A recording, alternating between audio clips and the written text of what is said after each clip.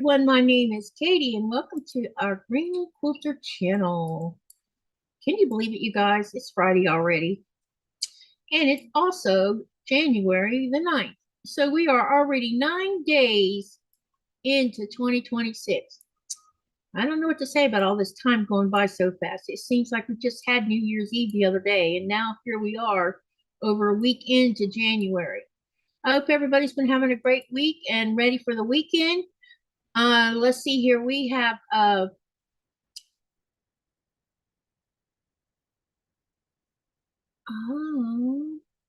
so how's everybody doing? Let me know in the chat and welcome. We got Linda in here today, along with Dubravka and Jean. Welcome. Someone else was in here too, but now I can't see who it was, which is very strange. So anyway, there's Cindy. Welcome. All right, so while we're waiting on people to filter in, I'm going to go ahead and mention about tomorrow, Saturday. I have a guest coming on to the channel, and it's Becca from Sew Becca. She will be coming to sew with me, and I will share the screen in a minute, and I'll show you what we're going to be doing, and I will also share links. So if you want to follow along and sew with us, you can. This will be a two-part collaboration between me and Becca. We'll start sewing tomorrow on this paper piecing project. It's going to be a little mini quilt, and it is FPP and charm squares are incorporated into it unless we both decide to do it in a different way. I don't know. I might just do all butterflies and do more than 3. I might do 6. You never know with me. I can never decide. Hey, Jaja, welcome. So what I'm going to do is I'm going to put my browser on the website where you need to go, and I'm going to give you 2 different links, and then I'm also going to share with you the PDF file so you can have a look at the PDF file. I know I did it yesterday, but there might be some that didn't see it yesterday. They might be in here today and see it. So I wanted to go over that while I'm waiting on people to filter in. And then once a few people are in here, I'll go ahead and start my block number 29. And we have 64 half square triangles to make, and they're little. But wait till you see what I have planned for this block too. It's going to be fun. At least I think it'll be fun. I don't know how y'all are going to, you're probably going to love it. You've been loving all my other stuff. You know me, I got to keep y'all on the edge of your seat. All right, so let's share the screen. And we'll talk about this sew along a little bit.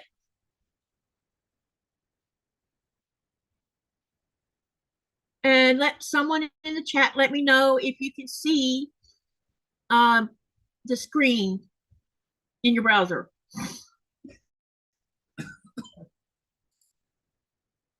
Hey, Andrea. Hello, Lisa. Welcome.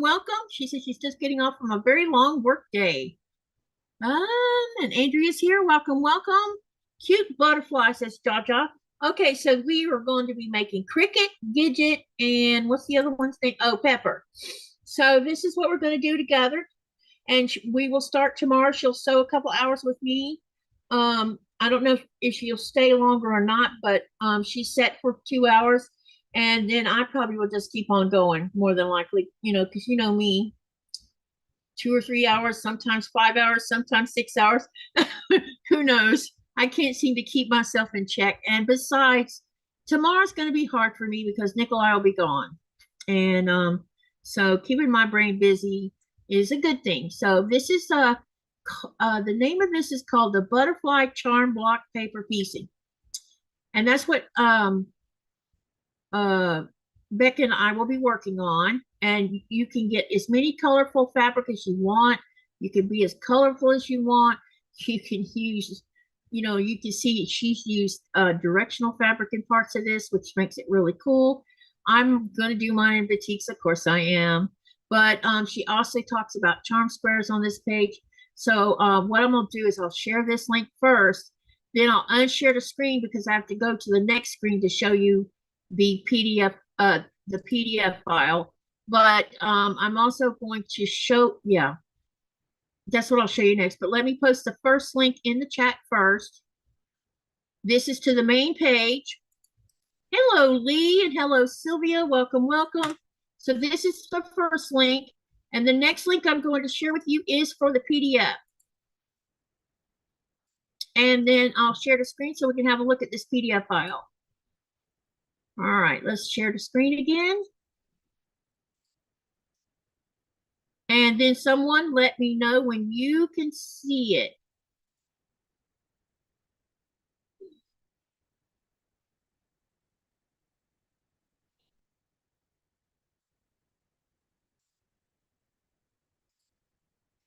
I didn't sleep very good last night, you guys. Too much going on. Okay, so someone let me know in the chat when you see it, and I'll share the second link. This second link is for the PDF file. So how's everybody doing? I think they are beautiful. I have them downloaded. Sweet, says Jean. Yeah, I think they're going to be a lot of fun. I mean, okay, you see it? Okay, let's go through the PDF file real quick. So basically it talks about, this is called the butterfly charm block.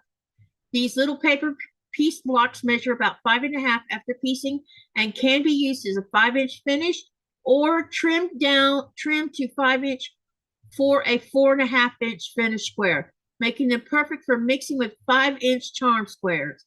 Okay, and then it gives you the name of all three of the butterflies. You got Cricket, Gidget, and Pepper, and she shows you a little bit of what to expect. Here's the paper piecing that you need to print out and which butterfly it goes to. And she made sure she marked every one of them. So this one is for Cricket. This one is for Gidget. And this one is for Pepper. And then she has a coloring sheet should you want to color it before you make a decision on how you want to make your block. So if you plan on sewing with us tomorrow, make sure to get this downloaded and printed and pick out your fabrics on what you plan on using so that you can sew with us, because I think it'll be, and then after we'll start on it tomorrow. We'll get as much as we can get done tomorrow. And then on February the 7th, me and Becca will be back together again to finish it up. So y'all sew with us. And then after we finish on February the 7th, y'all can post all of your project over on my Facebook group. You can also post it on Sew Becca's Facebook group. She has one. It's called Sew Becca and Friends, and I'll find the link for that tomorrow to share in the channel. And also, if you're not a Facebook user, you can email me your pictures, and I'll make sure that people get to see your beautiful work as well. So there we go. All right. They are beautiful, and I do wish it was easier for me to print. Sylvia, you could take the PDF file up to a local office store if that'll help. All right. Okay. Now let's talk about what we're doing tonight. Tonight, we are going to be insanely crazy today. So we are doing number 29 block, and it's called Daughter's Delight. And then this is the layout. This is the layout of the block. There is 64 half square triangles in this. And yesterday when y'all were here on my live, those of you that were here on my live, I had talked about, and I actually did sew some half square triangles on paper. And guess what? That's what we're doing tonight.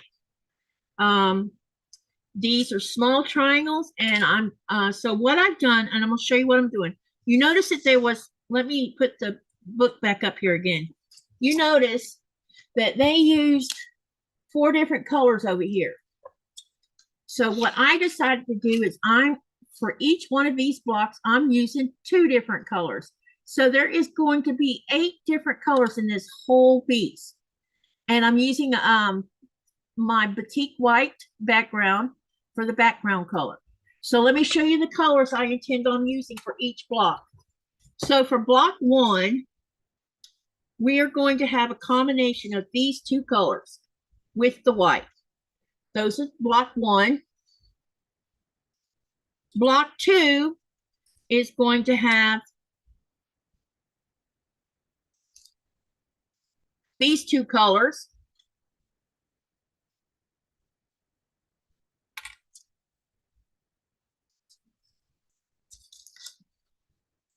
Block 3 is going to be these two colors.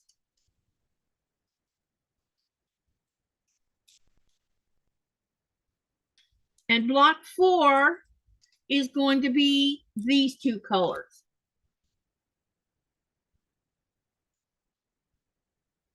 So let me know what you think about these colors I'm going to use. And what I'm going to do first here is I'm going to take and start sewing these, and I will spotlight 2 sets, or the first 2, yeah, the first set sewn on the paper piecing, so you can see what it's going to look like on the back side of it.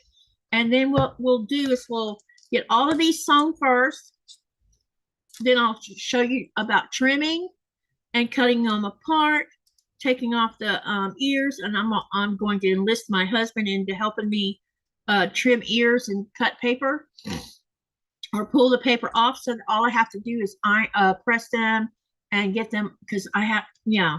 So we're going to take our time and do as much as we can. Hi, Mona. Welcome, welcome. I think this is going to be a lot of fun. It's a lot of work, and they are going to be small. These little half square triangles, and I hope I won't get trouble. Can't just stay popped in for a thumbs. I understand. So yeah, so what I'm gonna do is I'll start with the green and the pink first, and then when I get these done, I will enlist Nikolai for a little help. After I trim them, I'll trim them, give them to him, and he can trim off the dog ears and pull off the paper for me. And then all I'll have to do is press them. And then while he's doing that, I can be doing the next set. So let's go ahead and start with this first set. Righty then. I've already got my sewing machine set and ready to go, so let's get sewing. So what has everybody got planned for the weekend? And I think, you know what? I think it's kind of, oh, the polls changed again. Now we're 50-50 again. Oh, speaking of that. So the other day when we were talking, I showed you the batik colors I was thinking about doing for the Alice's Wonderland sew along that I'm doing with Sherry. But I realized that I had this big, huge fat quarter bundle that was gifted to me when I went to QuiltCon in 2024. And this one has, I don't know exactly how many in here, but it's got a lot. So the poll has to do with whether you want to see me do Alice's Wonderland in this or in the batik colors I showed you the other day, which was either blues, or I was going to do like a combination of blues and purples together with a white background, or either I would choose a different color background. I hadn't decided on that part, which was batiks. This fat quarter bundle is called Simply Delightful by Chelsea and Sherry of a Quilting Life. Yeah, I think that's what it's called. So y'all vote. Tell me which one you think would be more fun to see me do. You know, I've been doing a lot of batiks. I have a couple of things I've been doing with cotton. You know, like I'm doing the sandal, the Katie's Creative Chaos is in cotton. The Friendship one is in cotton, regular cotton, not batiks. And we finished the Modern Maker, no, Magnolia earlier in the year. That one was in cotton also. So let me know which one you like better.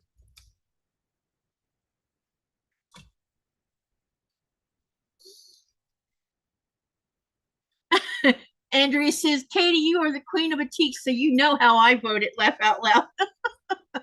Yeah, I really love batiks. I just love, love, love. Hi, Diana. How are you? Welcome, welcome.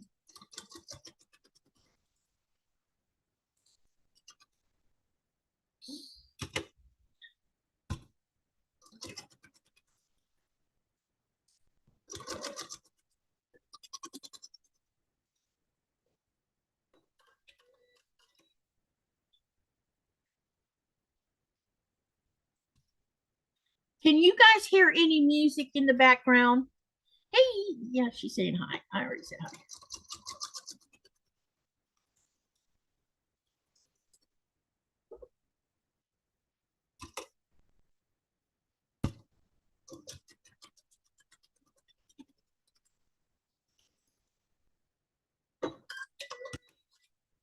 And I'm gonna go ahead and get rid of these pins because now I already got a seam line going down this thing. So it'll make it easier to get rid of the pins. Okay, Lee, thank you for answering that because I wasn't sure if you could hear it or not. I need music to ease my mind a little bit.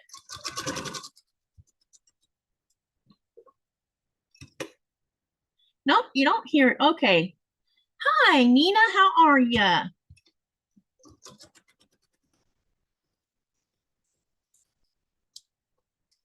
Yeah, we don't want my channel getting shut down over copyright problems.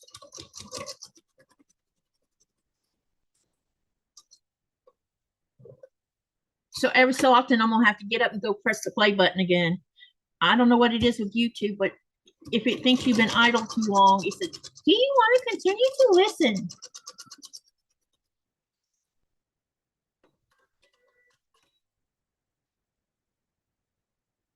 All right, so let me show you what I've done so you can see. I showed this yesterday, but there might be some that's not seen this before. Okay, so when you're sewing on paper, foundation paper, this has a dotted line here, and that's where you sew at. You sew on the dotted lines. This is this solid line you see here is where we're going to be cutting these half triangles in half. This is along this edge right here, this solid seam. This is where the your sew line is also. So you got to make sure you don't cut on the inside of it. You need to be as accurate as you can, and you can. It gives you arrows telling you which way to sew, but it doesn't really matter. You do you. I don't pay attention to the arrows. I just sew them. And this is what the back side of it looks like. Just so you have an idea. Okay, so let's go ahead and do the other one. Hi, Sherry. Good to see you. Hang on a second.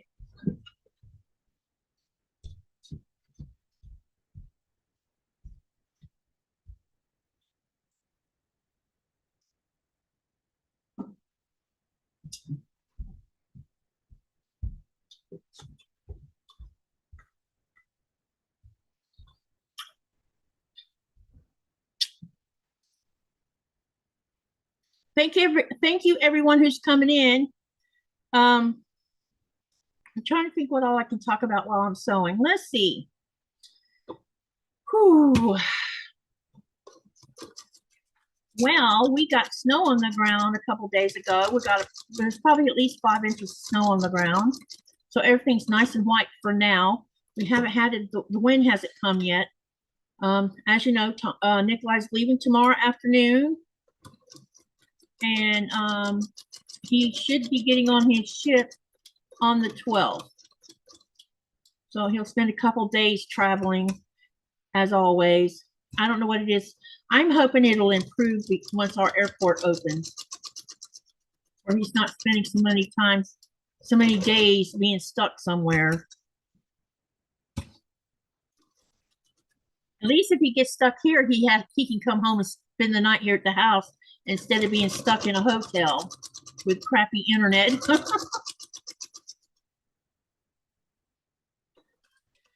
Deb ran late because she had technical difficulties at the beginning. Oh, okay. I had to leave, to get ready.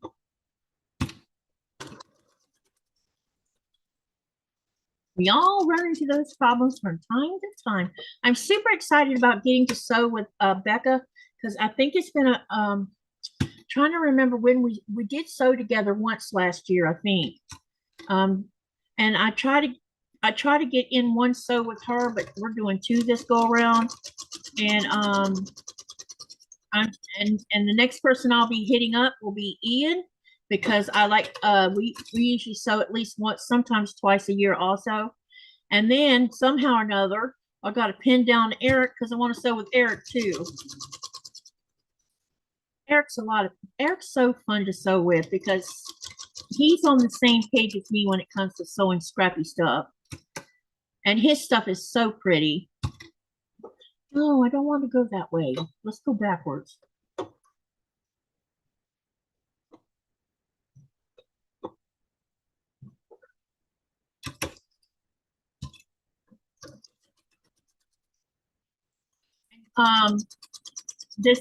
This upcoming week, Tuesday, I will be doing a podcast pre-recorded interview with Susan from Butler Family Homes or Butler Family Farms. I got to get that right. Turns out that she's a quilter too. So we'll be talking about her quilting and also their farm. So it'll be fun. It'll be fun for y'all to get to know them. And I'll let you know when the premiere will be. And then on January the 31st, she's going to come and sew with me on a live.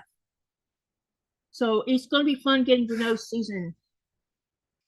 I've been following their channel for, let's see, I've been part of Tuba Chat now a little over a year and a half now. And that's how I met Butler Family Farm. I'll get that right in a minute. Okay, so what I'm doing now is I'm trimming all this excess off first.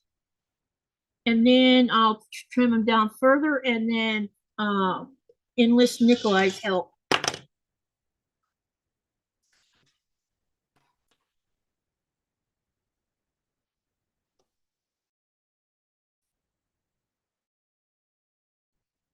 I've been trying to locate some new people to add, do podcasts with.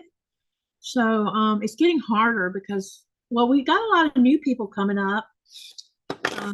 So hopefully I'll get to start interviewing some of the new ones that have channels now. We had Deb S hit 500 yesterday or day before. I don't know. It was either yesterday or the day before she hit 500. So congratulations to her. We got to get Zaza and Lori of Quilting in the Country. Her channel, she's trying to reach 500 too, and she's close.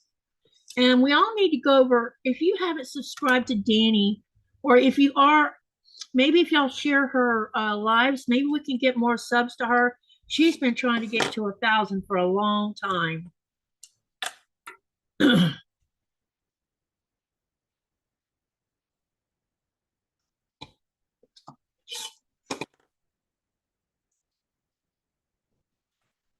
That's why you see Danny's link, the bot post, Sherry's link, Danny's link.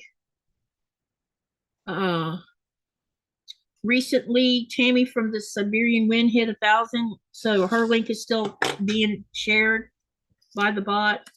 There's probably, I think, 4 and Zaza's, yeah.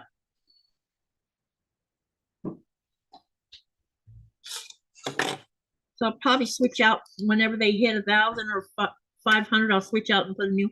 I found a channel yesterday, I don't know, 3 or 4 days ago, called the Feral Quilter. And she was live last night. And there was only 2 people watching her last night. But I think she's going to probably need help with the chat because she doesn't always see people saying anything, I don't think.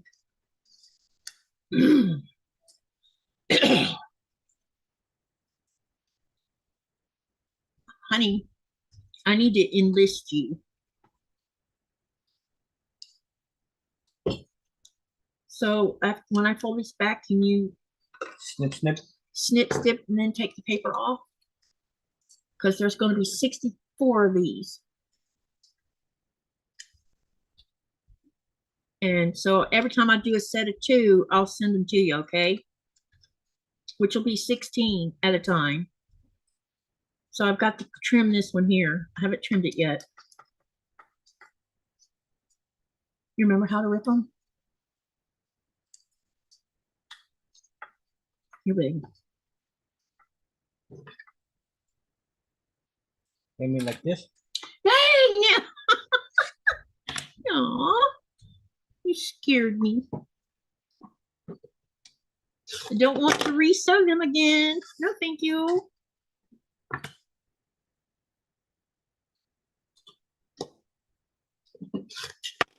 Only cut the only one. Both ears. Both. Yeah. Right. That's why I folded it back so you could see it. Flip that side, flip this side. No, you like them. Yeah, look here. Let me see. Like, You want to cut it right here next to the paper. got it. Yeah, don't cut across the paper. Across the paper, I could do that. I don't want to sew more. It'll take me longer to get this because this block's going to be a humdinger. You said the cross, so I'll do that. Ah, you are funny, funny, honey. See, honey.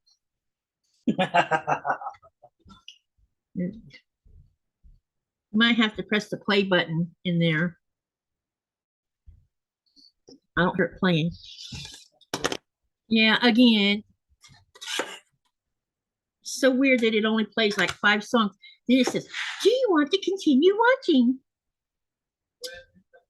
Right there in the hallway on the table.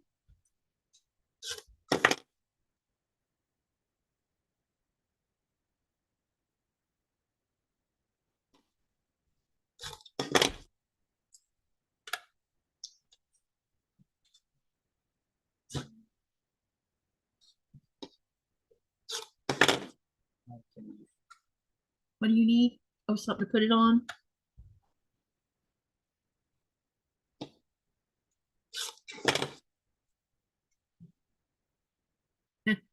Lee says, nice one, Nikolai. Yeah, the gremlins were out. Mona had a terrible time today. Oh, no. Deb ran late because of the technical issues at the beginning.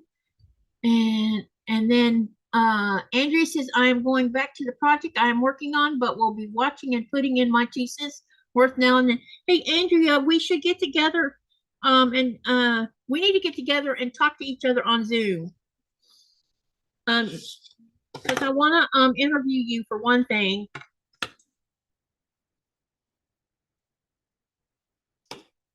We've been talking about it.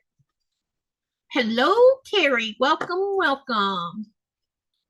Nina says, hello, everyone. I'm watching on a big screen and have to go to my office to chat. That is why I'm usually lurking. Oh, okay. Careful, we have a lurker.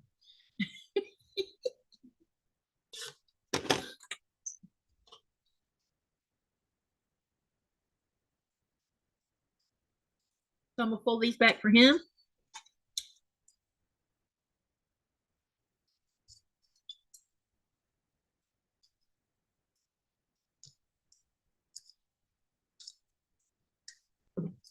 So they still don't know what's happened to my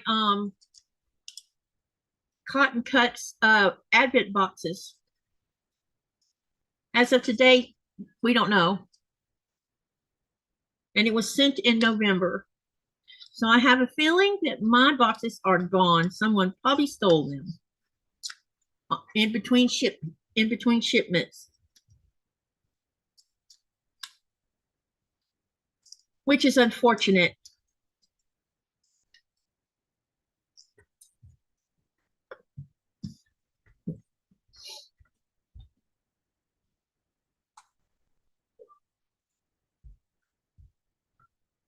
Hey, babe, I'm gonna give you a empty Cotton Cuts box because I want to try to keep these groupings together. So here's a small box to put them in. That way these don't get mixed up with other sets. Okay, let's start with this next set. The next set is going to be this light turquoise and this brilliant turquoise. Nina says, not always. And Andrea says, okay, okie dokie. I will be busy, very busy for the next few weeks, but we can schedule something in February. Yep, we can sure do that. January, I wouldn't. Usually I try to start stuff in February. Only reason Susan fell in is because I talked to her back in December.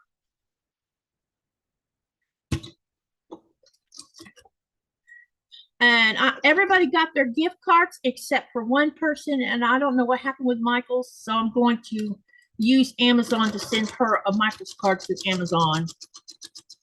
Because apparently the Michael's website must have eaten my order, or something happened to it, because when I went to look at my bank account, it doesn't look like it was taken out. So I don't know what to say about that. So after my live tonight, I discovered that I can buy a Michael's e-card from Amazon, which saves me the problem. And then everybody will have their gift card.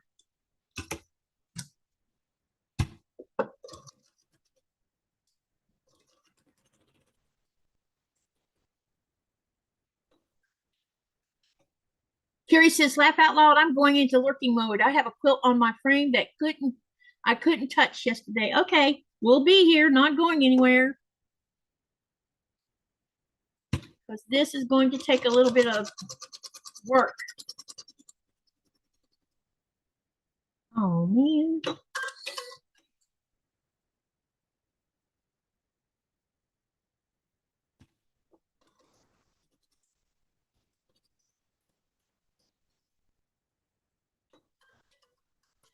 And I'll go ahead and take these straight pins out.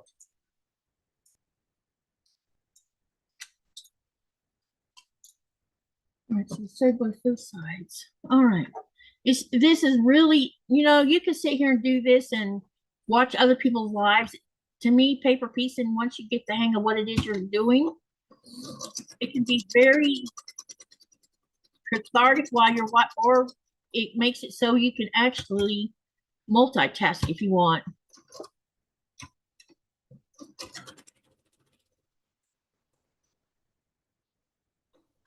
Katie, what is the machine you are using? I am using a Janome 6700P, and it turned 6 years old this month.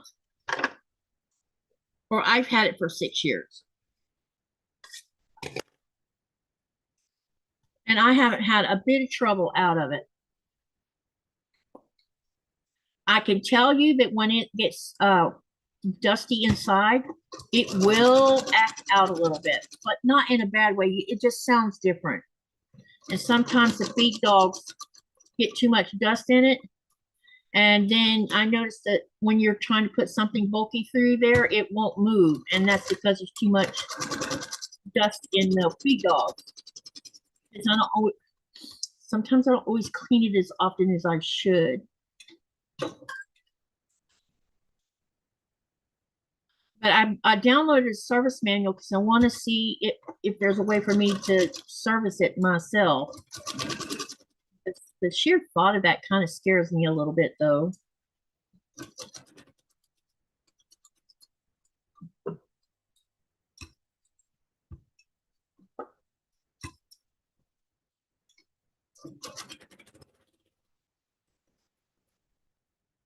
Is it a straight stitch? No. It has straight stitch, which is what I'm doing right now. But you can do other things on it. It has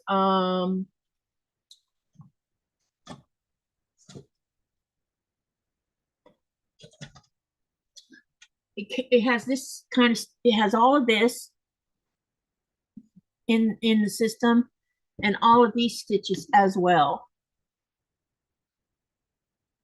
So it's a professional.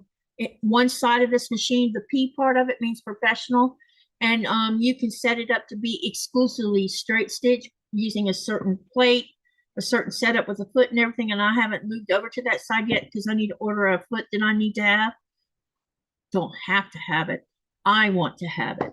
And then I probably will switch completely over it because I really don't use the stitches. And from what I understand, when you switch over to the P side of this thing, most people don't want to go back to the other way because it's like having a straight stitch machine.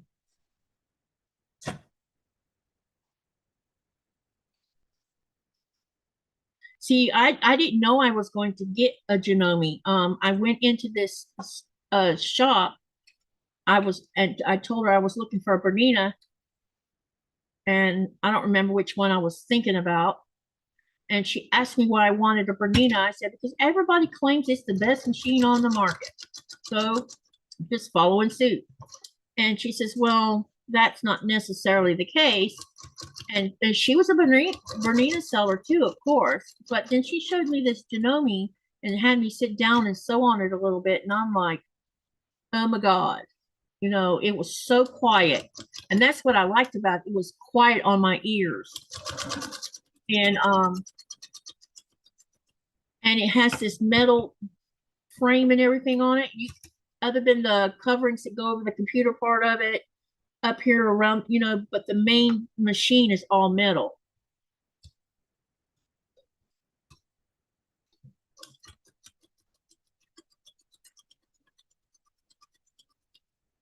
So I've had Janome ever since, and I don't regret buying it at all. I want the Janome M8, what I want, but it's too pricey right now because of the inflation. It has jumped like 15,000 kroners in the last 2 years. This little Janome, we got it for 12,000 Danish kroners, which is about 1,800 US dollars. And but if you look at the price of it in the United States currently, that it's over 3,500. So I got a good deal over here with it.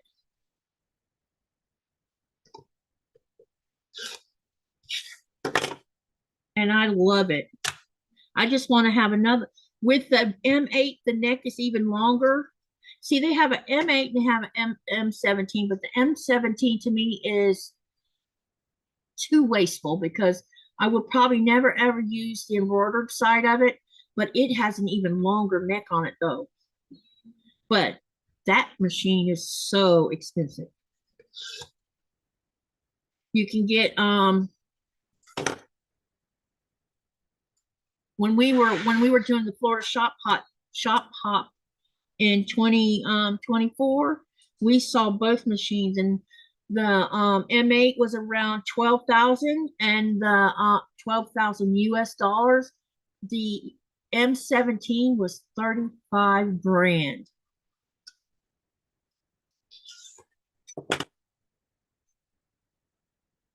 I love my brother Luminaire because I love projects in the hoop. I've never tried to do, yeah, I don't know how to embroider. My machine is a straight stitch only, says Nina.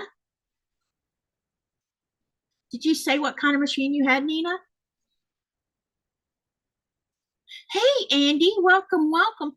By the way, those of you who have channels, don't forget to type exclamation selfie of your bot name, which like Andy's is exclamation Andy.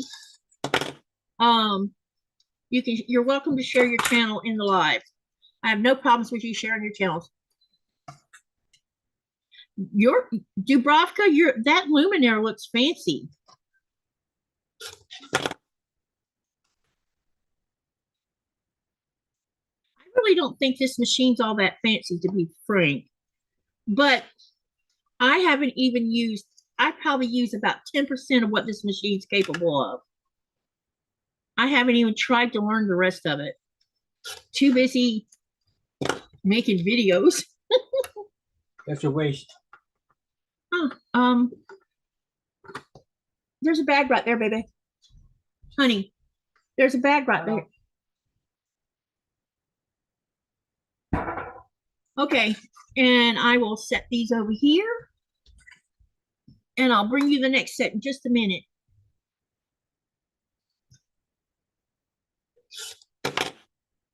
It's, Nina says it's a Singer 1591 vintage. Oh, wow.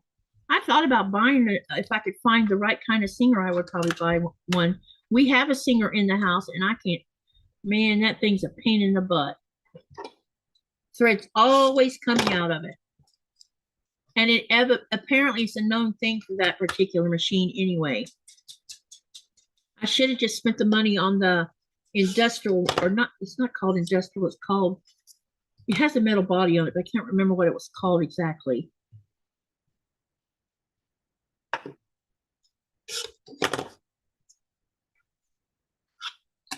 Okay, so Got this for, I'm going to go ahead and fold these back for him.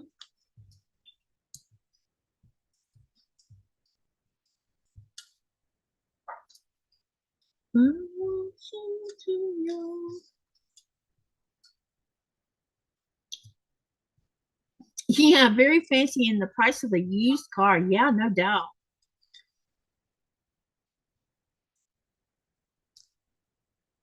Who'd have thought that sewing machines would be so pricey?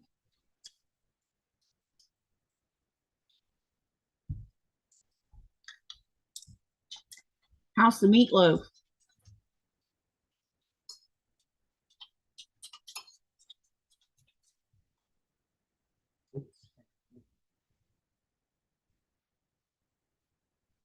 Is it, do you think I used too much spice in it? Nope. No? It's that spice she sent for me to test run to see if I liked it or not.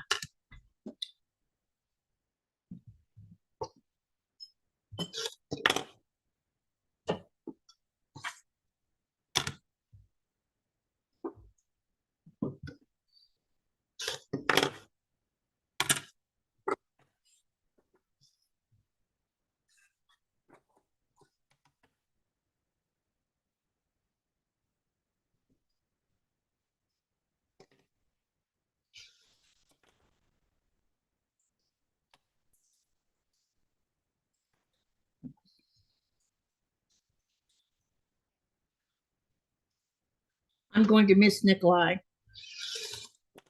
as always, but I think the dog already knows because she's been acting weird for 3 or 4 days now.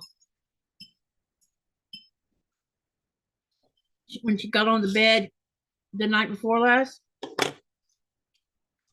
she turned her, she was in between both of us, and she went down closer to the foot of the bed where she had her butt to both of us. And you could, and then she had her head leaned down sideways like she was moping.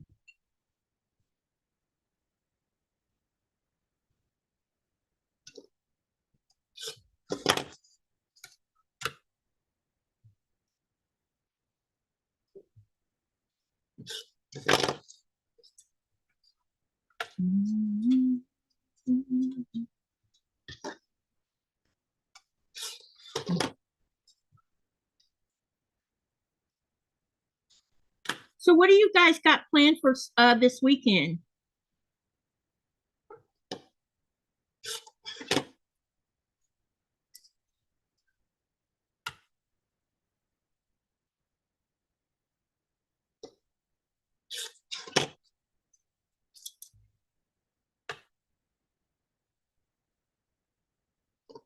Okay, we got this set of 2 done. So now I'm gonna send these over to Nikolai. And then I'll go ahead and start sewing the next 2.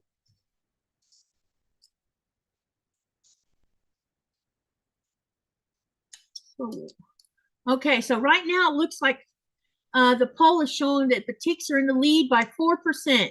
Now let me see how many's voted. That's out of 24 votes so far.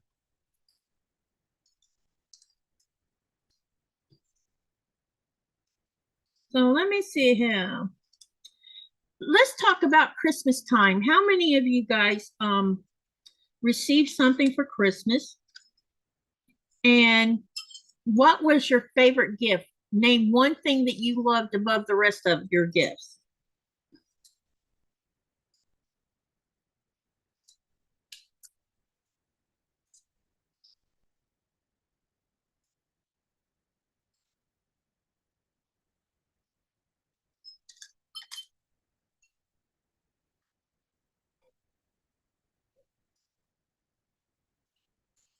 Oh, Raven said her book came today. Outstanding, Raven. Do you know what fabric you're going to use?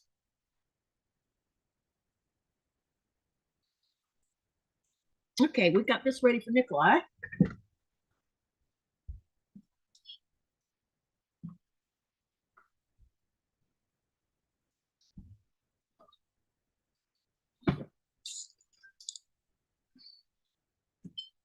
So the next 2 is these 2 colors, which you see that looks like blue, but look under this, it's actually purple.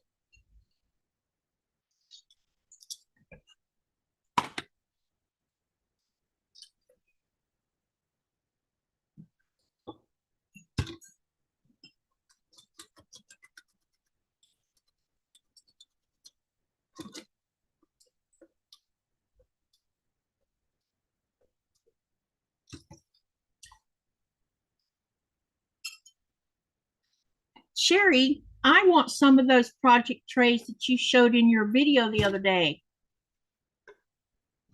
You need to send me the link for the Amazon so I can buy some and send them to Syracuse to put in the box.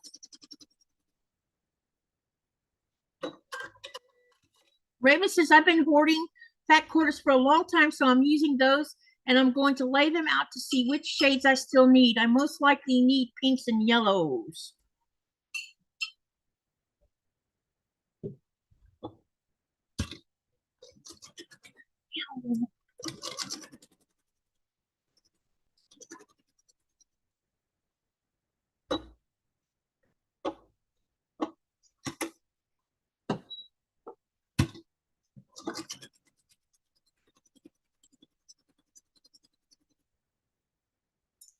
Sherry says she loves them. They look like they would be very, definitely I would like them. Because you notice I use a lot of little mini those little white boxes you see me all the time with stuff in. Those come in my cotton cut boxes and I don't throw those part out. I use them. But those trays you have, man, they look like they would be just easy to use, stacking them on top of each other.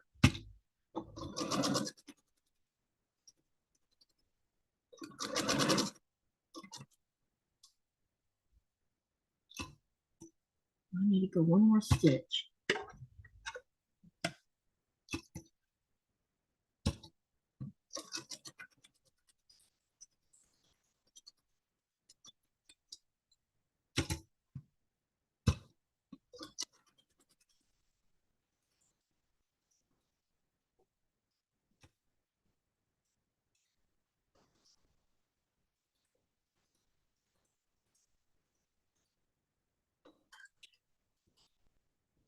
Okay, we got this first one done. Let's get the second one done.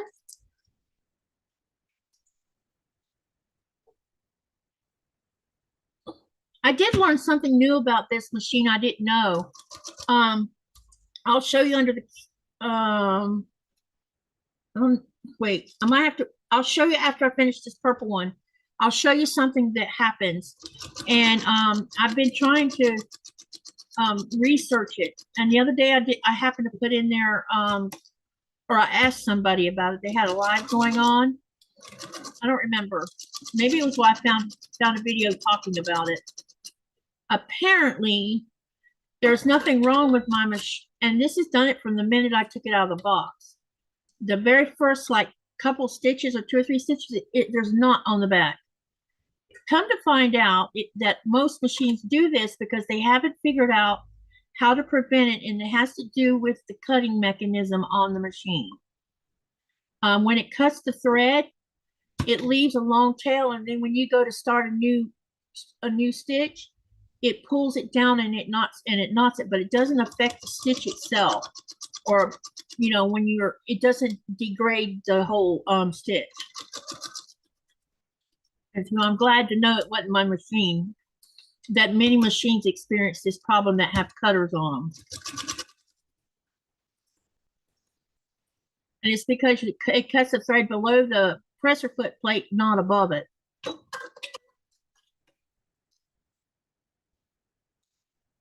I'll show you what I'm talking about. Because everyone, oh, I missed one.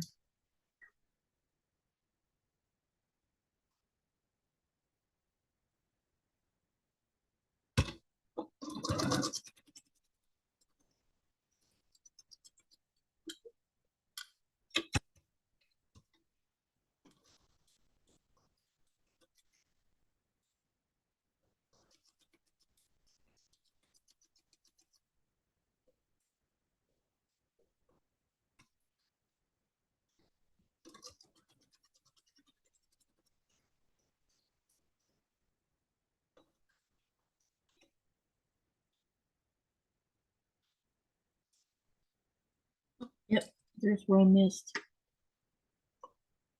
I knew I missed one here. Just one side though. That's weird.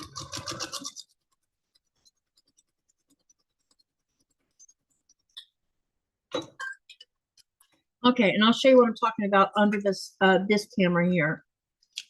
But you'll get a better look at it, I think. Okay.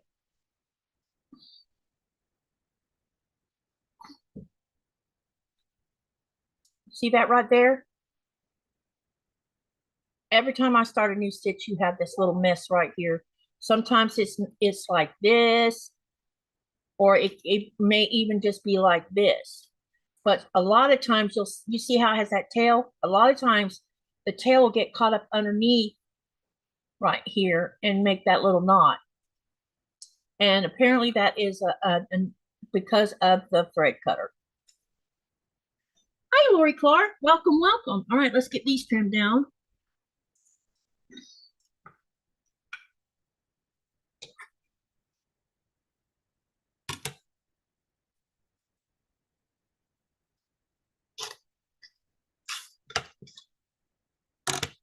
And since there's more people pouring in right now, I'll reshare the links for the sew along that me and Becca is going to do tomorrow, and on February the 7th, that's when we'll be finishing it up.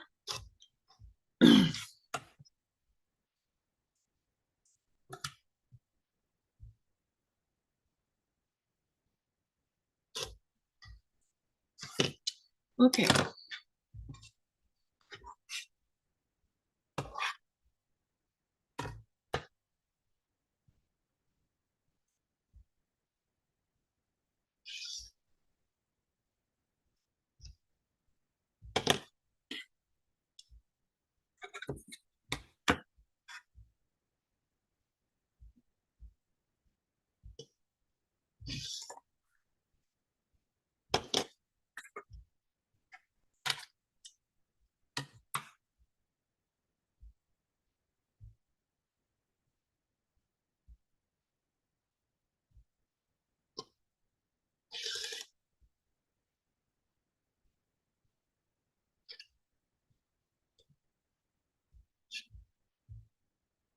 Oh, come on. Ew, why are you doing this?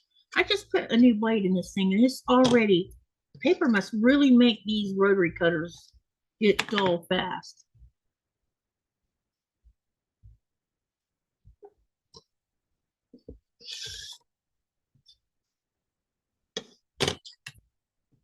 All right, now.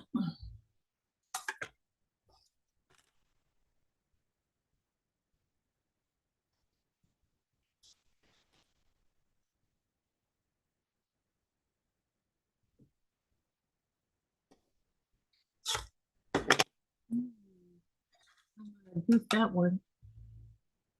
Trying to get in a hurry here. Not good. Okay, let's get these cut on the diagonal. You see how quickly these half square triangles go together? When you're doing a bunch of them at once like this, this would have took twice as long if I had to draw lines on all of them.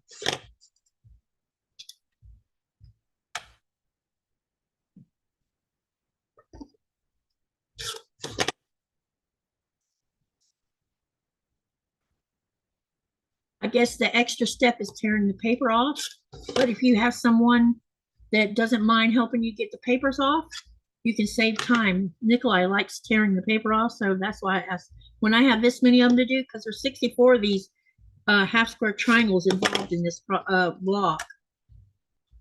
I think that's probably the most half square triangles we've done in a block too. I think one night we had 16 in one of those blocks.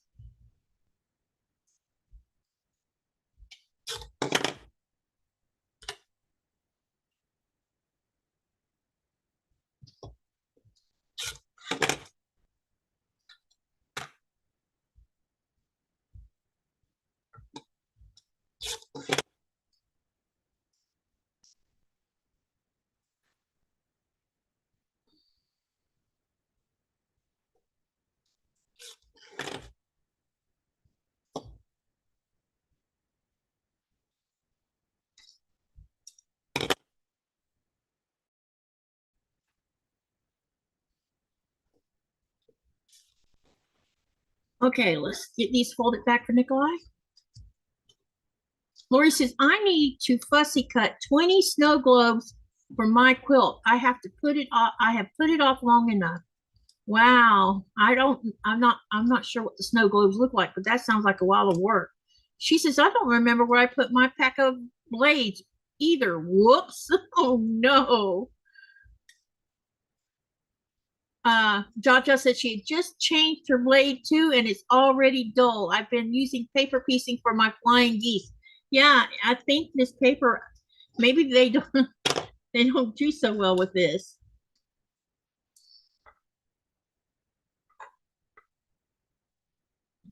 These are all together, right? Mm-hmm. Was that two different colors? Should have been two. Yeah. Okay. So here's some so far.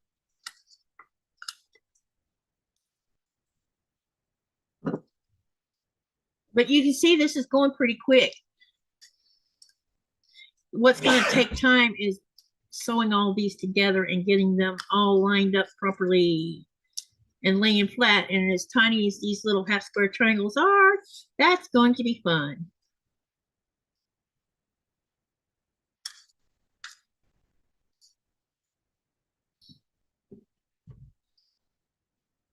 Uh-oh, where'd you go? I just dropped one on the floor. Oh, there it is.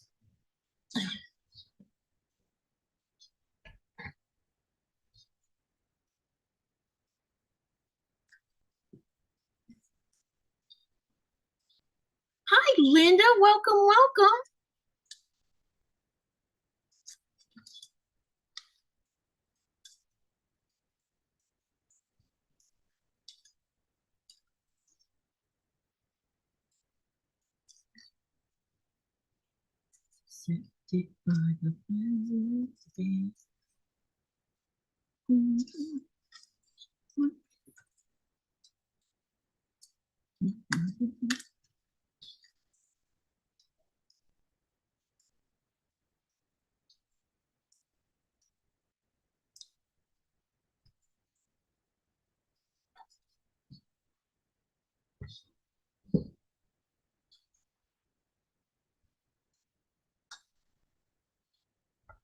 Okay, we got one more set to do, and then we can start sewing these together. So this is the last color we got to sew together.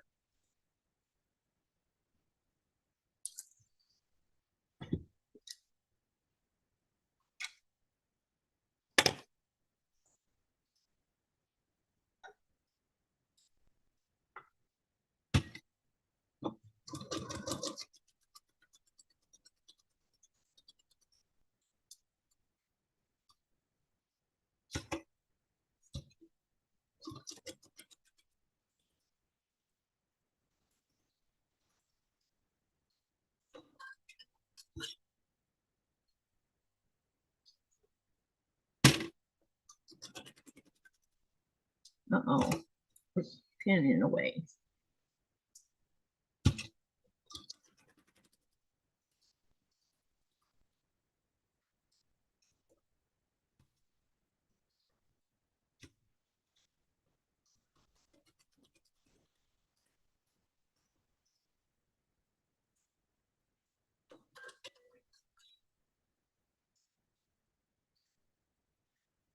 How you doing, Linda? Hope you've had a good week.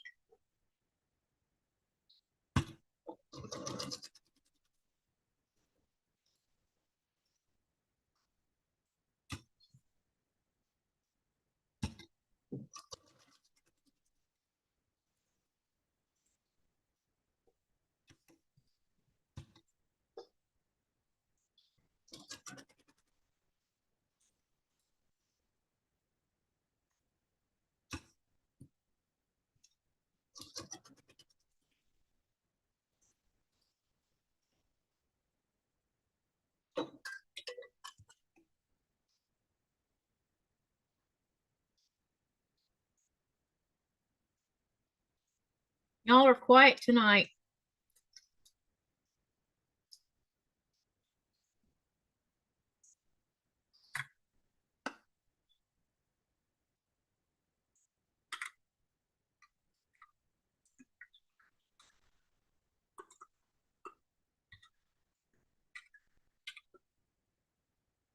Hi, Linda. Welcome, welcome. She says, good evening, everyone. Going to eat dinner while I lurk. I got my background fabric for Alice. And Linda says, doing good, done with my painting and redoing the sewing rooms. Now it is time to get sewing again. That sounds like fun. All right, let's get this last one done and then we can start trimming and breaking it apart too.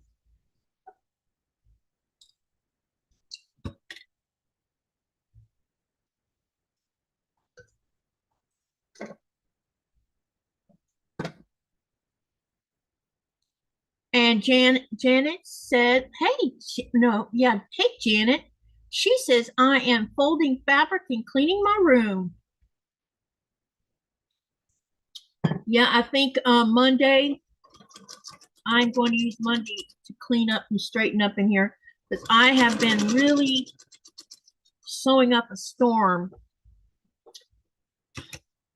And I kind of need to get a little bit, things back a little bit under control.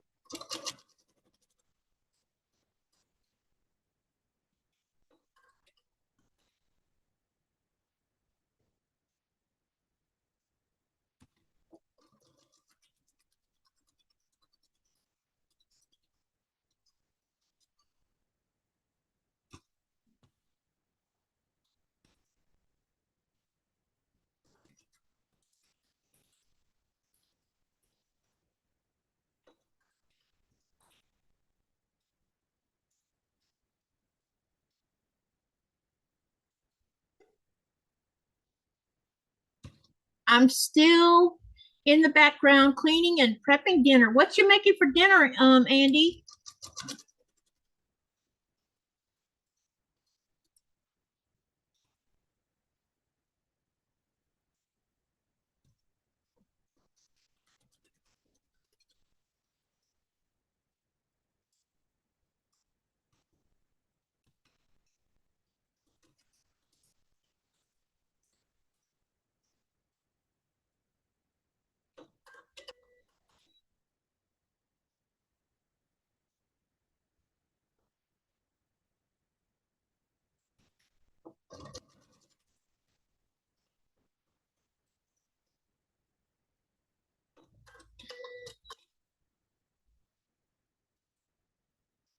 Okay, now I can trim this one. Let's get started on trimming.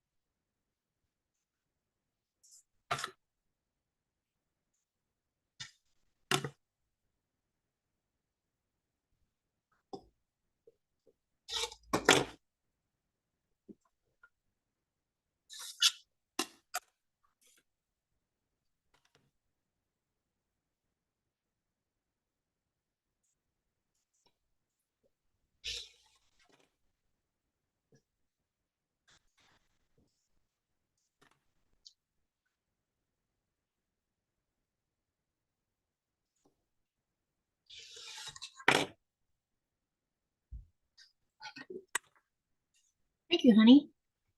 I'll get you this next set here directly. Too fast, too furious.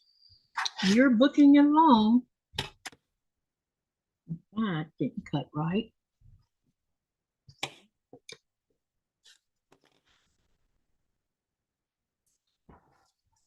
All right.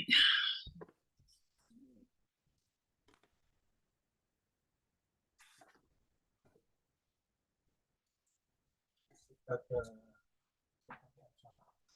30 seconds. Yes, oh yes. You mean the browser? Yeah. Yeah, there's a 30-second delay from the Zoom to the browser. So I catch up. It did catch up? Yeah. It's much better than yesterday. Oh, well, that's good to know. Sounds like maybe the browser was just having issues yesterday. Who knows?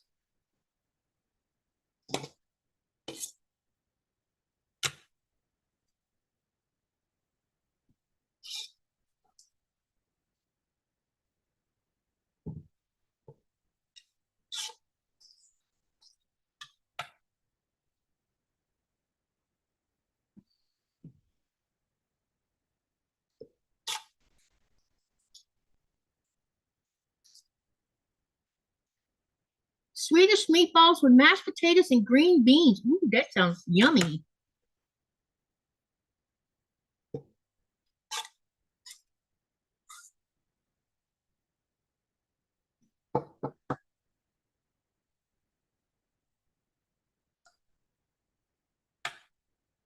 That sounds yummy. I made a big, huge meatloaf today or this afternoon, and half of it's going to go with Nikolai when he starts his trip tomorrow. So, shit.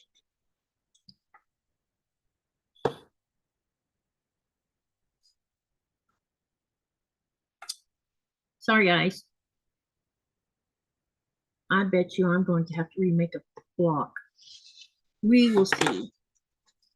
This one I'm going to put a mark on it so I know that this was the one I accidentally miscut.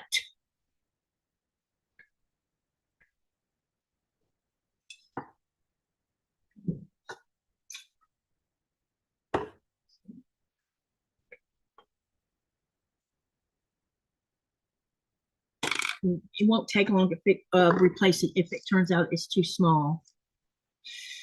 Ooh, this is slow that blade down a little bit.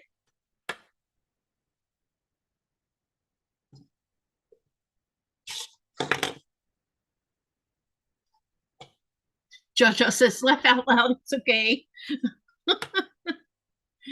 Oh, that came out of my mouth too fast.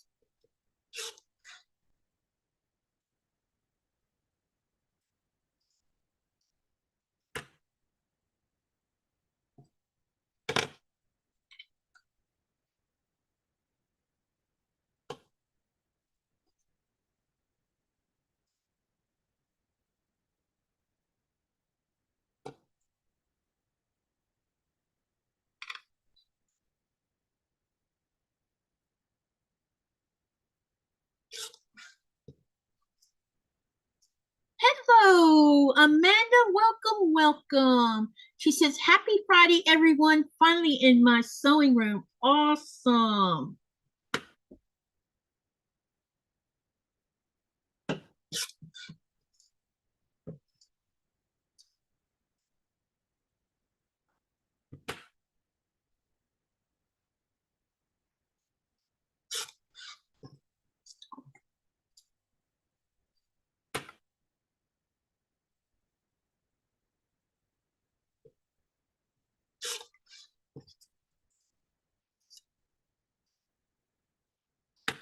We almost have these all done.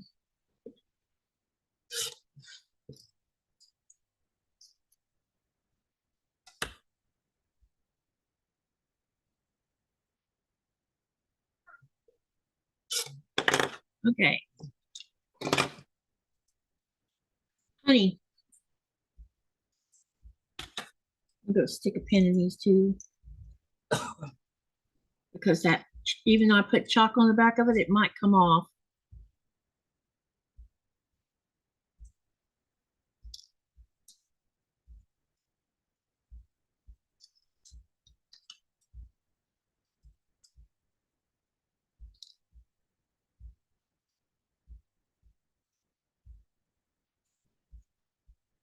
Because if I can get away with not having to remake it and just make the seam allowance on this one side a little bit smaller, it might be okay. All right, only thing I need to do now is get all these pieces folded back so all he has to do is clip the ears off and pull the paper off. And we are going to start sewing on this first set.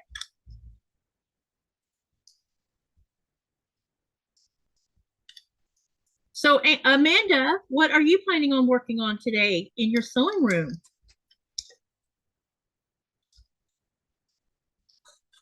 What did everybody have for supper or dinner, whichever you call it?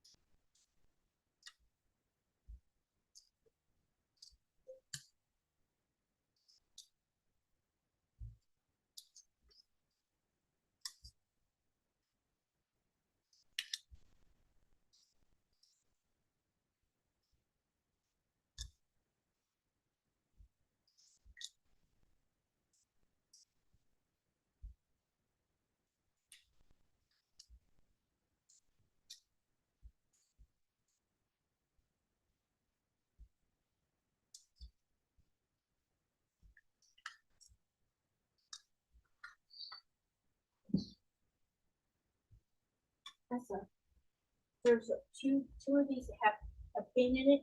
Leave the pin in it. It's there for a reason. All right. But you still clip it and trim it. I mean, trim it and pull it off. Hey now. All right, let's go ahead and we're going to I'm going to finger press first. Then I'm going to take it over to the iron and we're going to start laying out this first set. Where's the pink at?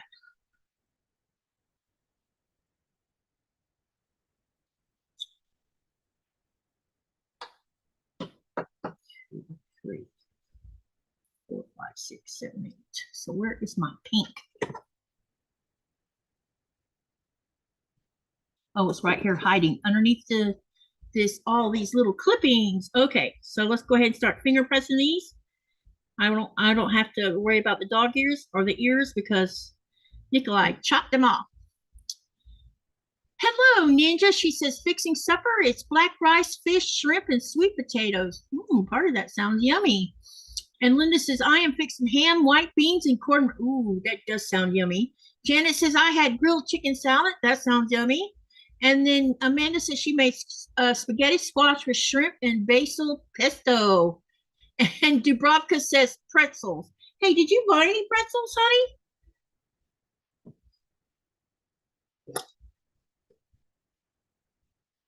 Someone needs to send me a whole case of Snyder's pretzels.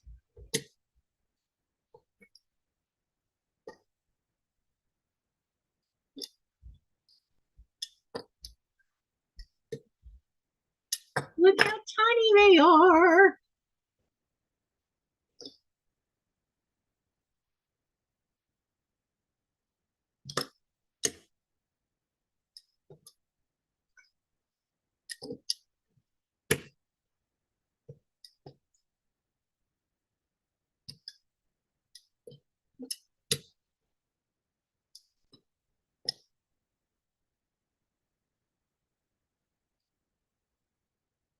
Hi, Jim. It's good to see you in my chat.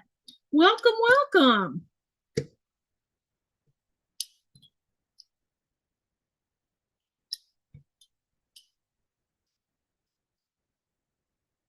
Oh my God, Katie, I am so hooked on pretzels now.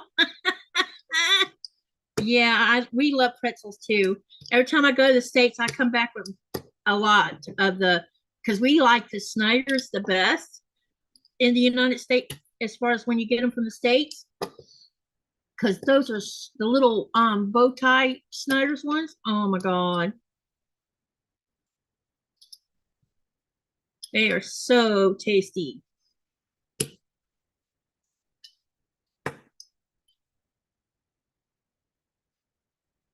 I'm trying to figure out how I'm going to lay out all these blocks.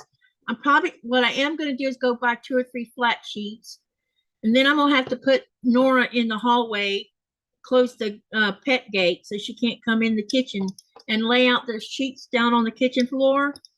And I might even, if I can get it all laid out right and get the lighting right, maybe we can do this on a live. If not, then I'll have to do it on my own because I need to start. When I get all 36 of these blocks, I'll need to lay them out somewhere where I can decide how I want to align them all up. And then mark them all in order of how I'm going to do it. That way I don't, forget. Or take a picture would probably be better. Or both.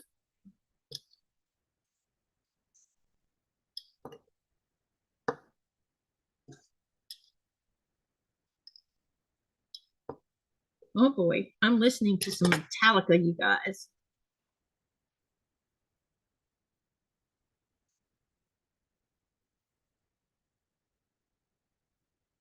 The song Nothing Else Matters.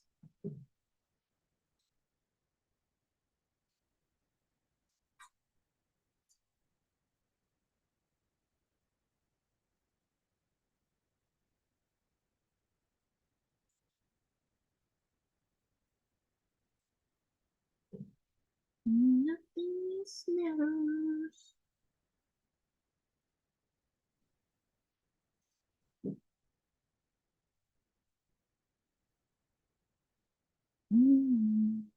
Has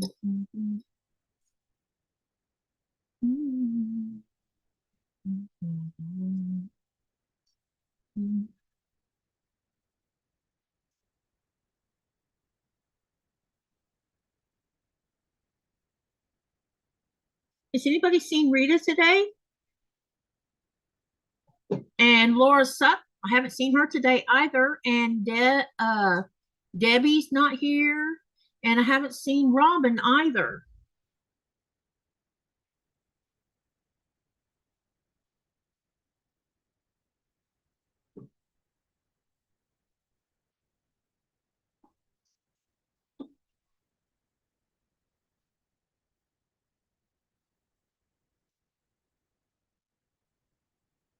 Do you iron those as well as roll? Yes.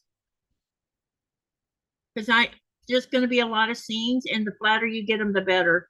Because I don't use starch because I have chronic asthma, and spraying things in the air would just make my lungs worse than they already are. So this is how I do things. This helps a lot. But I have two of these. And the whatever's on the end of these, I think I have broke them. But these are about, I think I got this one in 2016 maybe. And this one also came in a sold sampler box. This is Violet Craft. And I think I might have got this one a year later. But I've ordered a new one from Amazon, and it's going to be in the next box.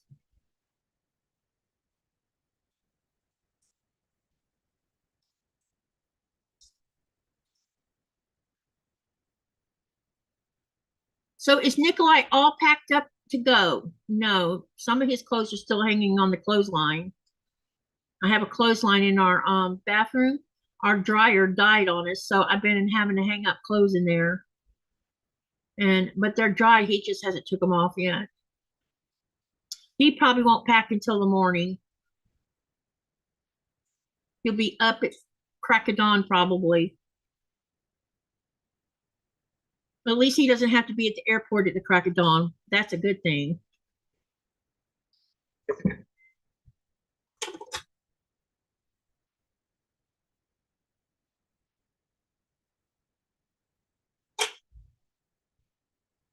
And of course, my iron is cold because I left it sitting too long.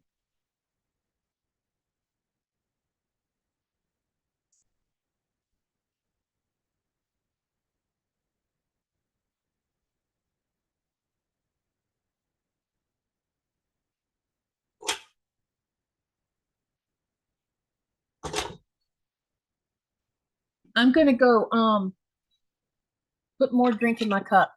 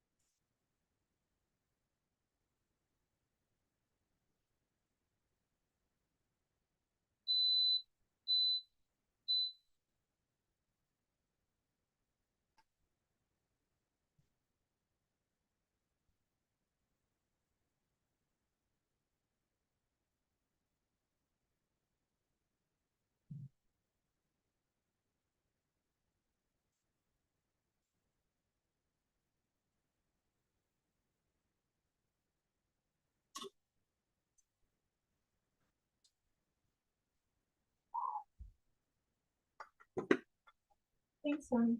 You're welcome.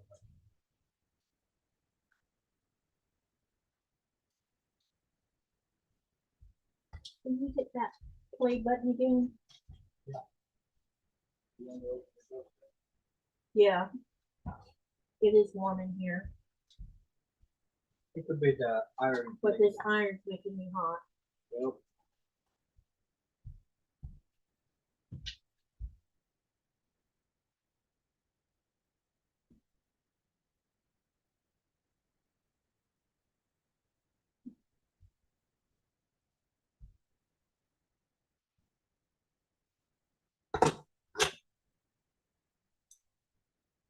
Okay. So what I'm gonna do is we're going to sew these first so you can have a look at what these blocks look like. So let me set this aside over here. And we're gonna get the book out again. And what I'm using, I'm gonna use 2 colors per main block. So we're using in this block, green and pink. Thank you, honey.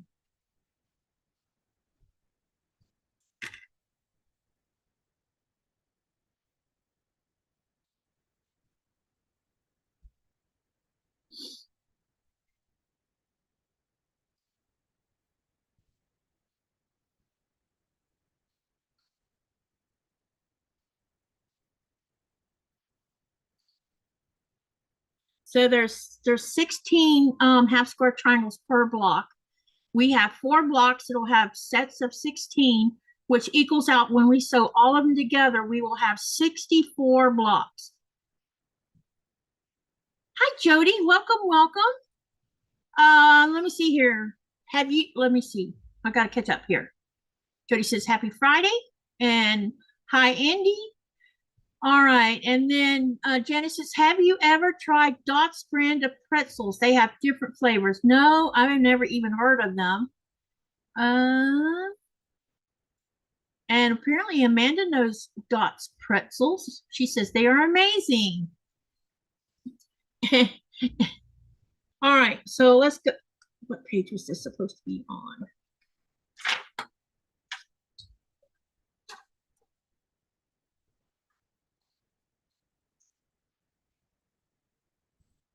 $281.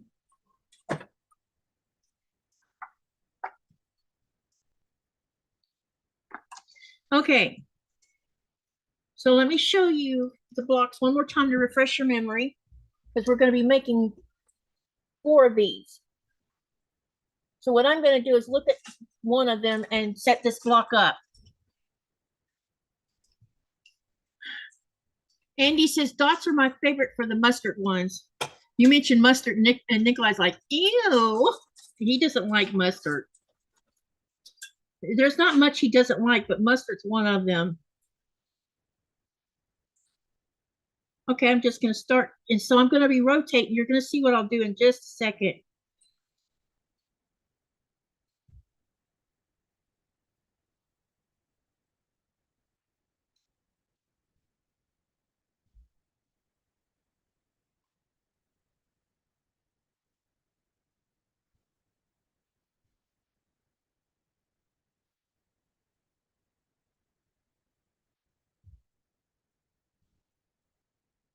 They're small, so they're not going to lay, the way you want them to.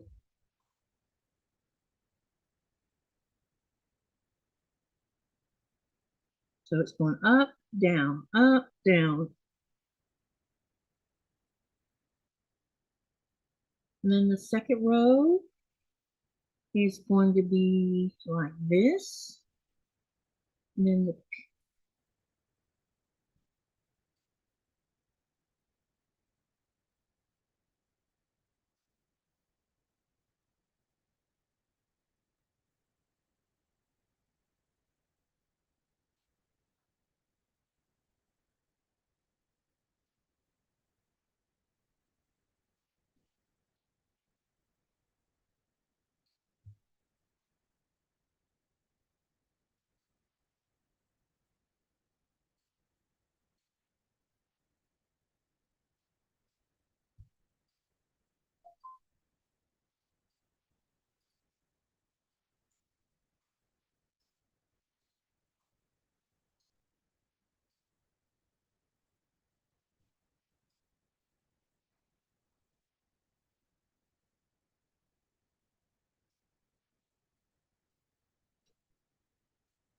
Sorry, I'm just concentrating here for a minute because there's this angle that I got to deal with.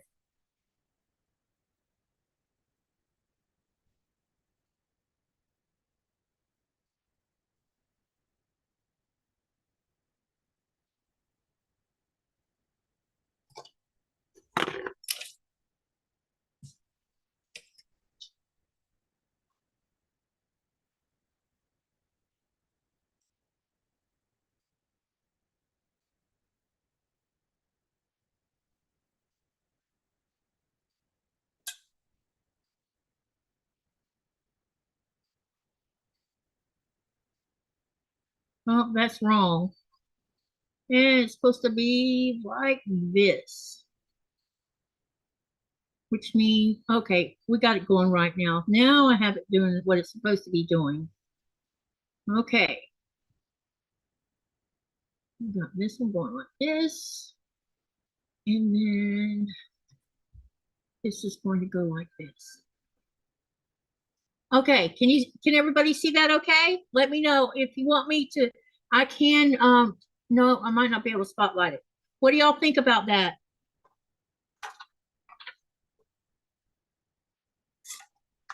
I'm going to change my sewing machine foot. We're going back to 1/4 inch.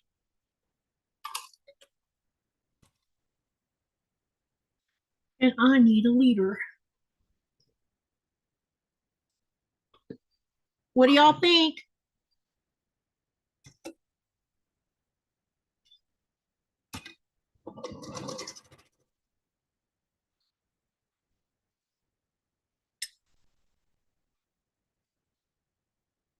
Very cute. I like it, says Amanda.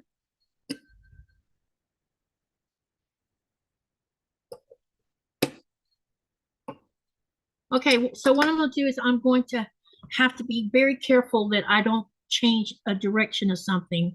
So we have two here that's going to, the point's going to come together right there. So what I'm going to do is I'm just going to start at the top, and I'm going to be using lots of pins. And I will be sticking them through the machine as I pin them.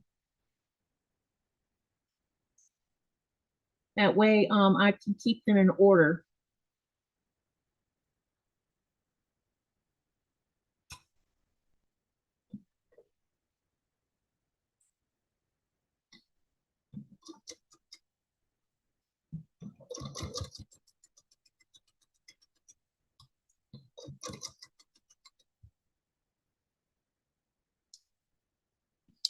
And you just keep on going down vertical.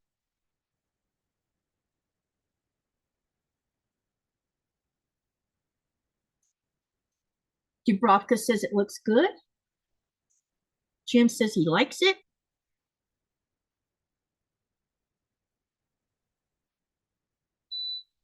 I think this quilt is going to be so amazing and so different than what most people have seen. I need to figure out how many colors I've actually used in it. I have to take the time and start counting them, because I'm pretty sure I haven't used 100 colors, but I've used a lot of color.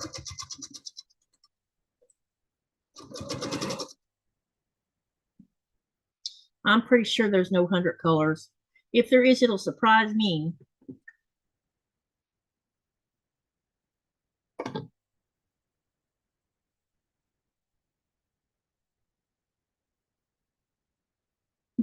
You're amazing at quilting, says Jody. Oh, thank you. I appreciate that. I have learned so much this year doing this so along. This has been a great idea using this book because it's definitely improved my skill set. I still have a long way to go, of course. I mean, we're about to start a new sew along with Sherry, which is another one of those skill builders. And it has applique in it. It has circles in it and curves in it, and a couple other things I don't know how to do. And I'm a little bit, I'm a little bit freaked out.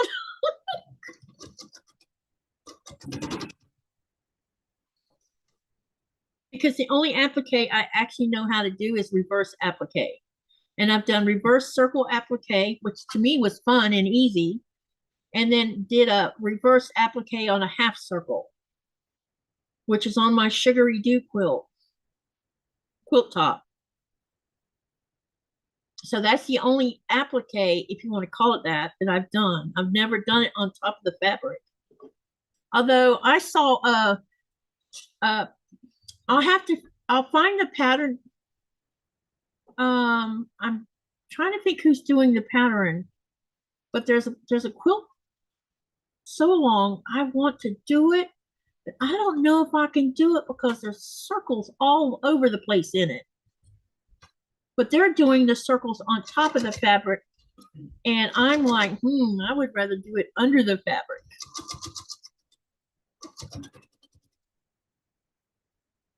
All right, so let's go ahead and take these out, and I'm gonna cut them apart one at a time and put them back the way I had them. We'll worry about pressing or using the iron here directly.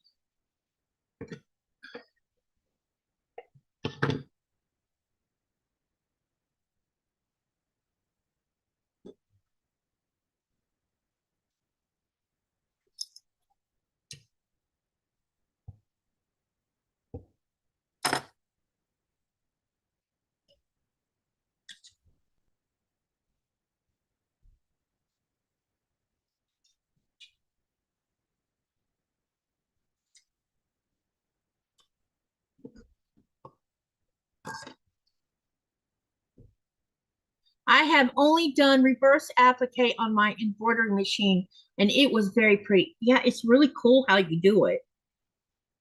I enjoyed it. She gave people a chance to also do reverse applique with improv shapes, and I didn't venture outside of the circles because I was still learning.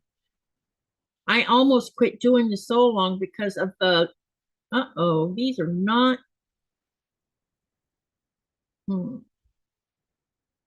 It'll be all right. I don't think I'm gonna need to redo that one. I almost quit because the Delta triangles nearly did me in because I'm angle challenged. This is going to be really tiny.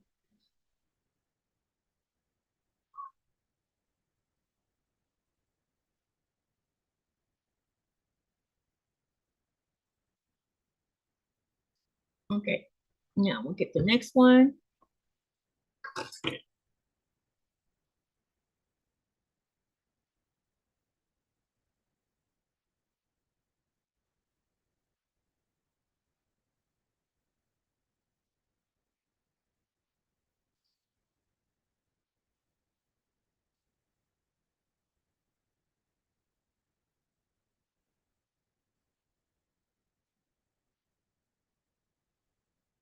So this is going to take me a little bit of time, y'all, because we've got to be careful here so that we don't end up sewing something in the wrong direction.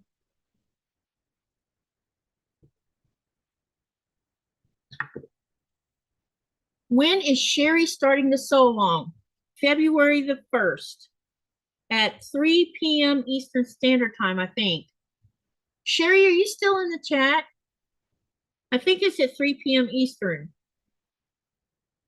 I think. Which is on a Sunday.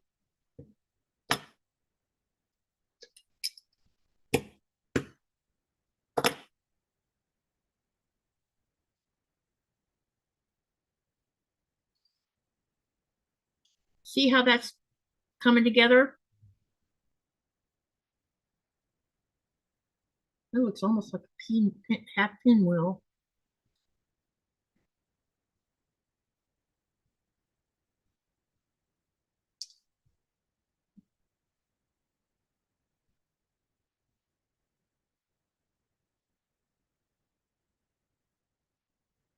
I'm pretty sure it's definitely February the 1st. Let me see if I wrote down the time. I'm almost sure it's 3 p.m. Eastern. I have, hold on a minute.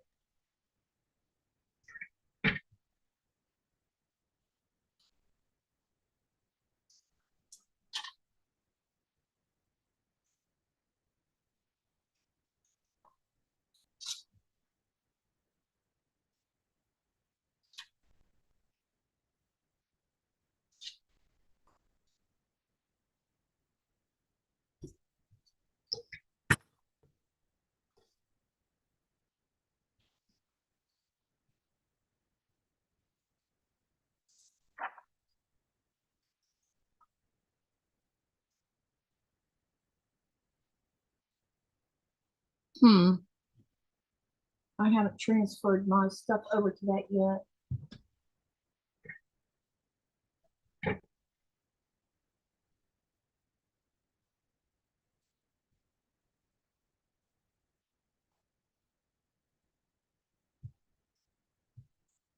Oh, here we go. Okay, February the 1st. Yeah, I'm pretty sure it's 3 p.m. Eastern Standard Time, because I have two lives on that Sunday. I have a live that my collab with Sean, where we're gonna button up uh Star Climber on the 1st at 8 a.m. Eastern, and then I think Sherry set us up for 3 o'clock. I'll check out her Discord and look into it. Okay, because for some reason I didn't write the time down. I just wrote the date. And she would have reminded me anyway.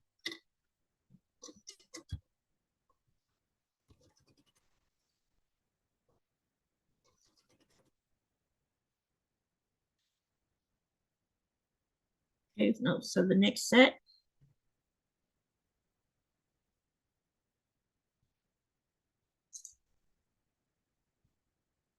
Do you know what fabric you're going to use, Jim? Or do you have the book? Ninja says, I thought Half Square Triangles was a 3-letter agency and was trying to figure out which one. Yeah, HST means Half Square Triangles, which is what I'm doing right now.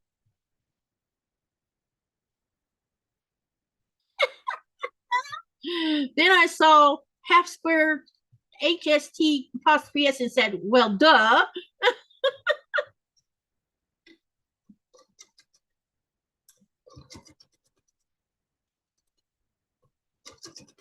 I remember when I was first new to this and learning all these little shortcuts to words. Well, this is the book we're using if you haven't seen the book. It's called Alice's Wonderland Sampler Quilt 100 Quilt Blocks to Improve Your Sewing Skills. And this is what it looks like.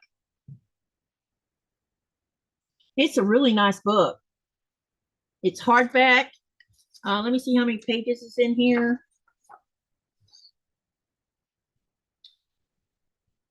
192 pages.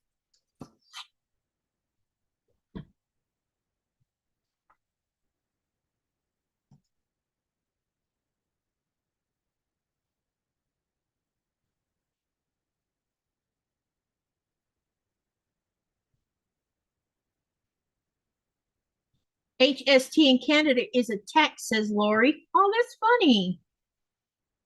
And good Ninja says, I am getting it in Amazon order tomorrow. Yeah, it's cheap. The cheapest place to buy it right now is Amazon, because if you buy it from Fat Quarter Shop, it's going to cost $25 and something, $25.58 or something like that, because they have the book too.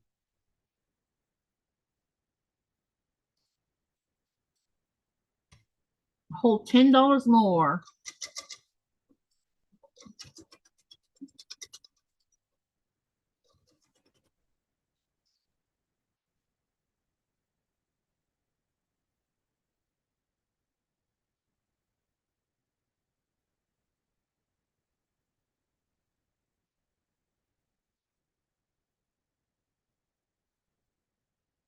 Ninja says, this is a perfect thing for me as recovering wonky quilter. Oh, okay. Hi, Judy. Welcome, welcome. It's good to see you.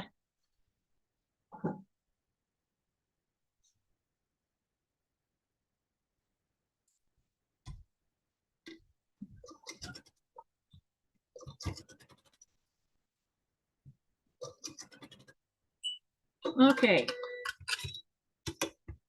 Now we're going to do the same thing one at a time here so that I get these turned the right, correct way.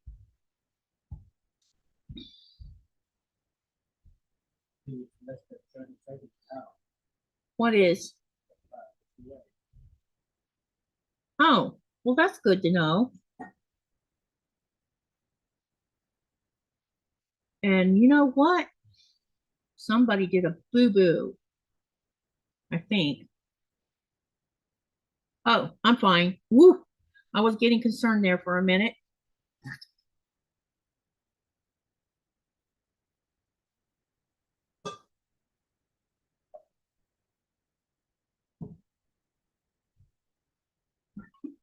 I mean, I could have did this real simple and just did one color, but you know me,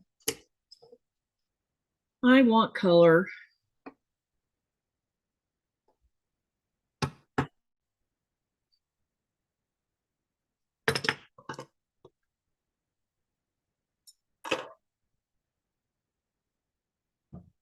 Gotta have it.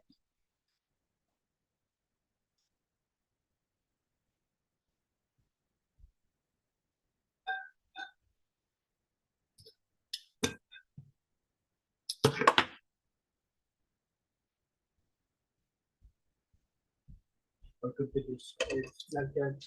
It comes and goes. Well, it's one thing you can I can tell you that if you're like watching multiple videos at the same time and you leave one live to go watch a different live and then come back, you'll find the one that you started out with has knocked itself off being live, but it's still playing, but it's behind. It's strange how that works.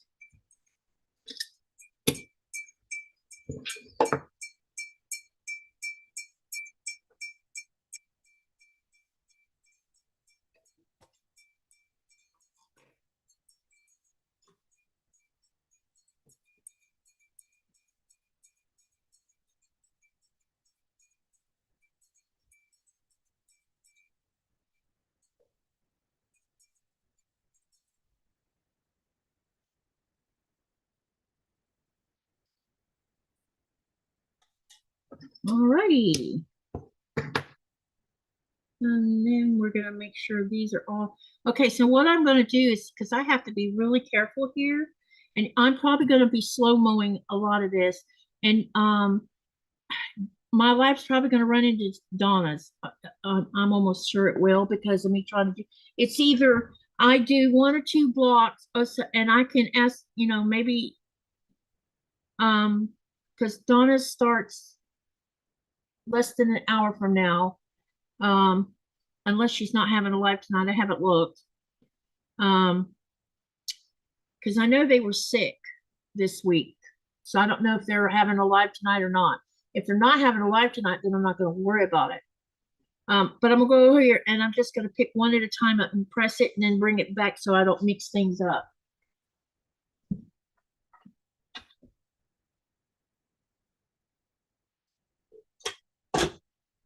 Or what I could do is line them up here.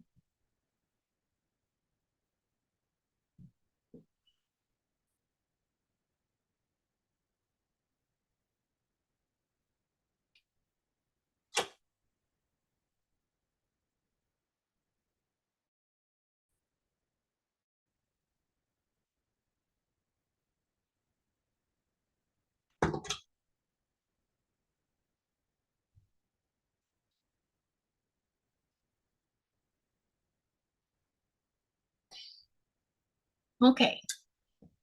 Now what I'm going to do is we are going to sew this to this, this to this, where we have 4 quadrants.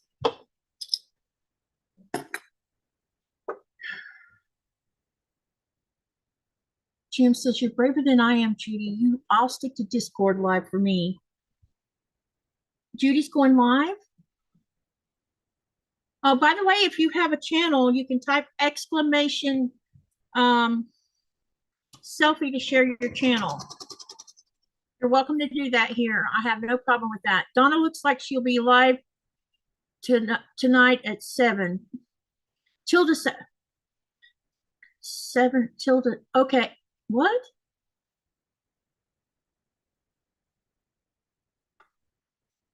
Yeah, so it'd be 10 my time. I went and checked, and Donna does have a live scheduled for part 2 of Tilda. Now I understand. Okay. Okay. So if I don't get this finished, I'll understand if y'all vacate. I will stay live for probably at least until Becca goes live. I don't see me getting this block finished tonight. Well, I don't know.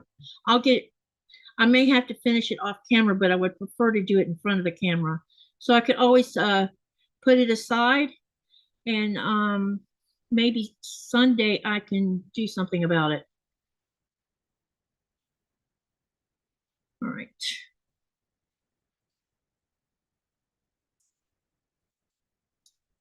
It's kind of like Zoom where you can hold live events. Yeah, I have trouble navigating in Discord. I find it too much of a pain in the butt.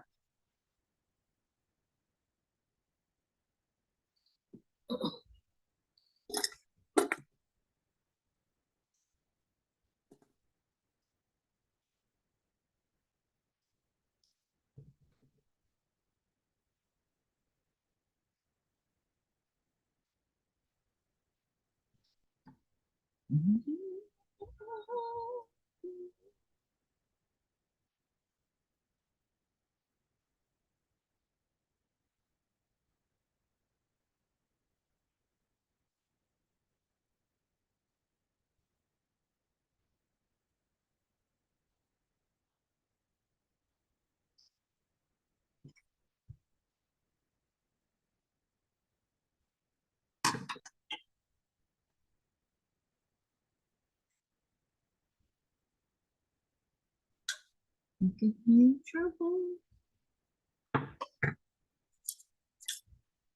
Hello, Happy. Welcome, welcome. Andrea says I need to go feed the bunnies before dark. Be back in a bit. And then Happy says, I am trying to decide on the fabric for the use for Alice's Wonderland too. Well, they used 100 colors in that book. So, yeah, there's that. And I'm pretty sure even if I had to go outside of the, well, right now we're still at 55% for batiks for that poll. All right, let me go ahead and pin these now that I got everything lined up in the middle.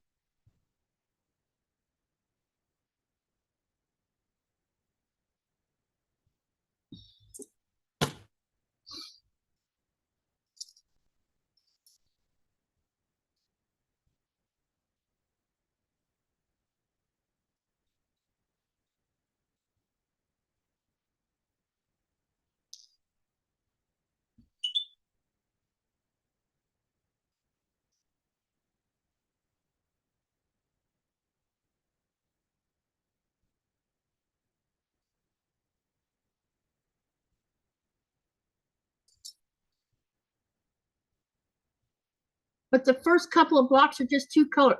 Each block, there's 4 blocks, and then each block has 2 colors.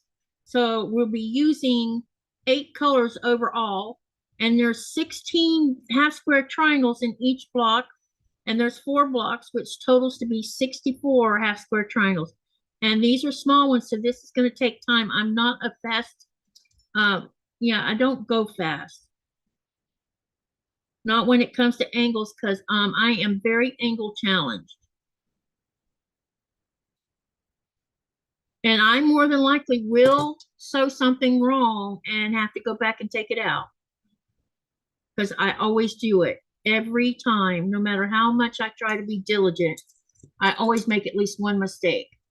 But yeah, each block has two colors. Well, three counting the background.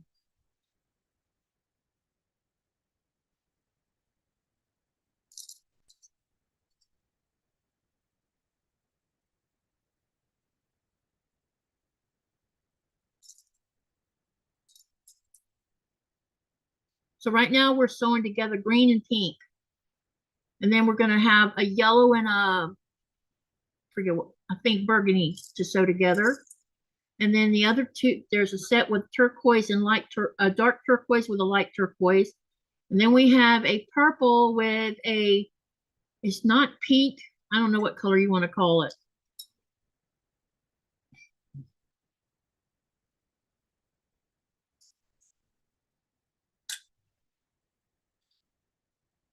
And it's already taken me this long just to do this little bit.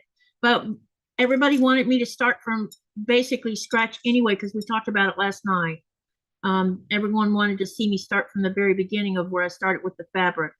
Because I could have sewn all the half square triangles off camera and we would have just been sewing half square triangles together. But I made a promise to start from scratch. And I don't mind doing that because it's good for a beginner to see what I'm doing.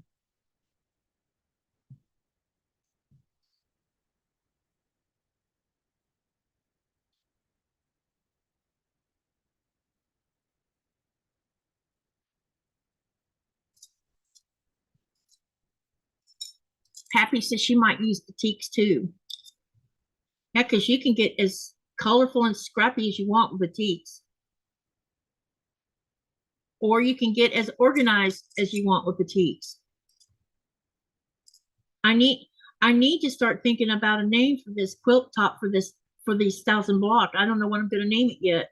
I haven't given any thought to it, but I need to come up with a name for it.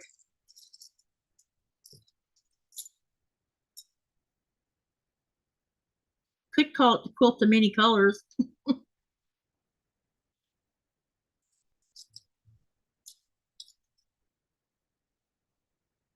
Y'all don't forget to share your channel.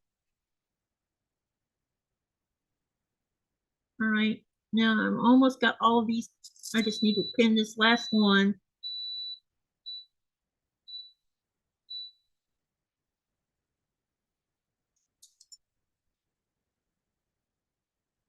Okay.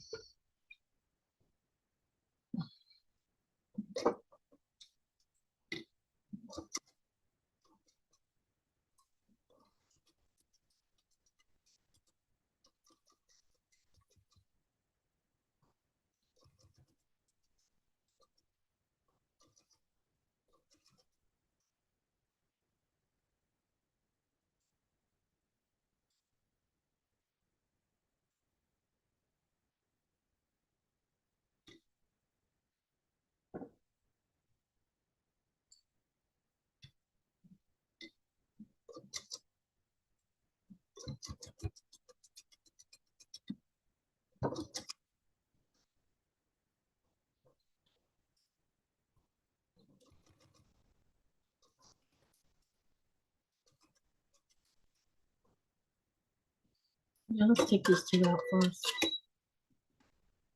Okay, so this one's going to go down here on the bottom.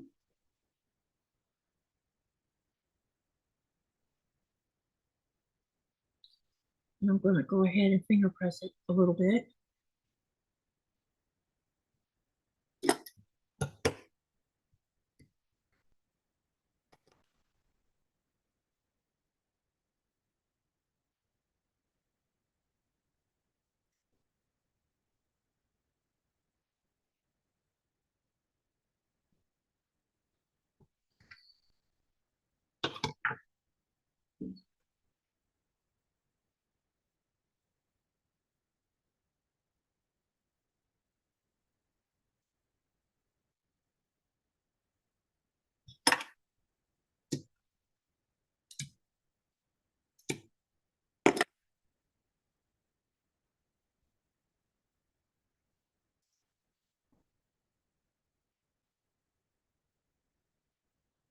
Something's wrong.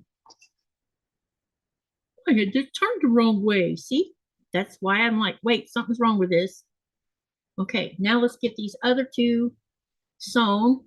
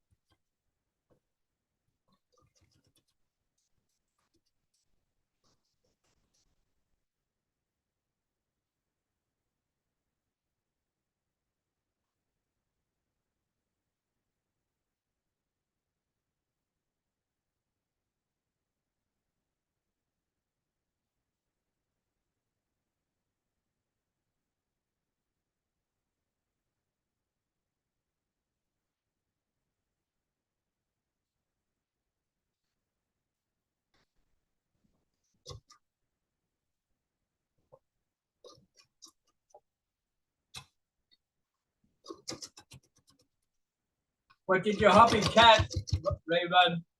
Huh? Look at what Raven said.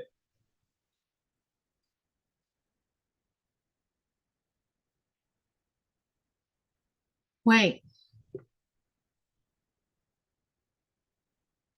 Happy says 1,000-foot stare for the name. And then Raven says, I am back but lurking. He's just got back from fishing and I am tasked with taking care of them. What fish did he catch?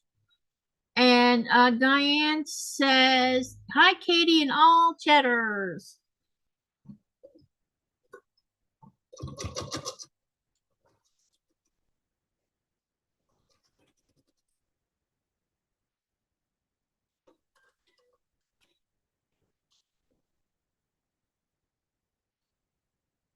Cohort 2 from okay. What did they catch? Oh, trout, and I don't know what the coho is. I don't know what coho. Superior coho. I don't know what Lake Superior coho. I don't know what a coho is. I think it's a Lake Superior coho name. Superior coho. Must be some kind of fish. And brown trout. Coho and truth. Okay, coho. I don't know about coho. Yeah, I don't know what a coho is either. I know what trout is, but I don't know what coho is.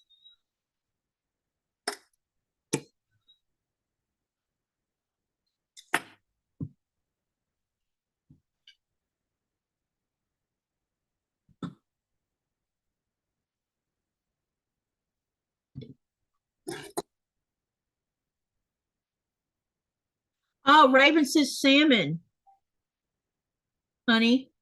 Okay. I never heard it called coho before. That's new. Hmm? That's the first time I've heard coho used as a salmon. Yeah. Maybe is it a different species of salmon than what you see in Alaska?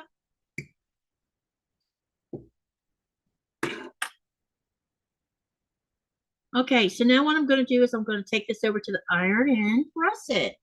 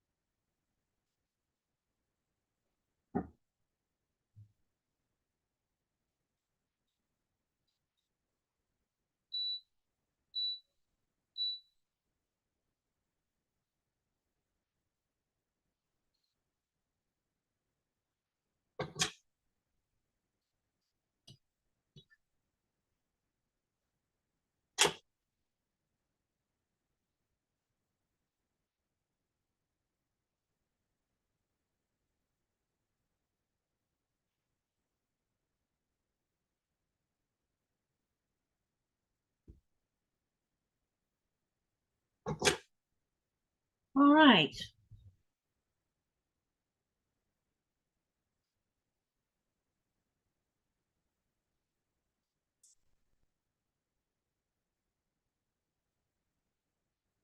Okay, Now we need to sew. I'm going to probably do these horizontal like I always do.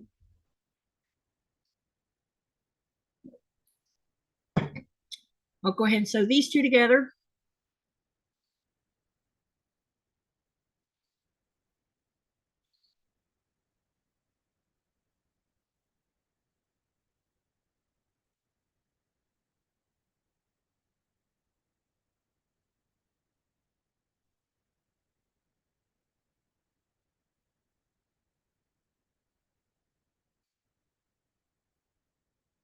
Hey, Laura, how are you?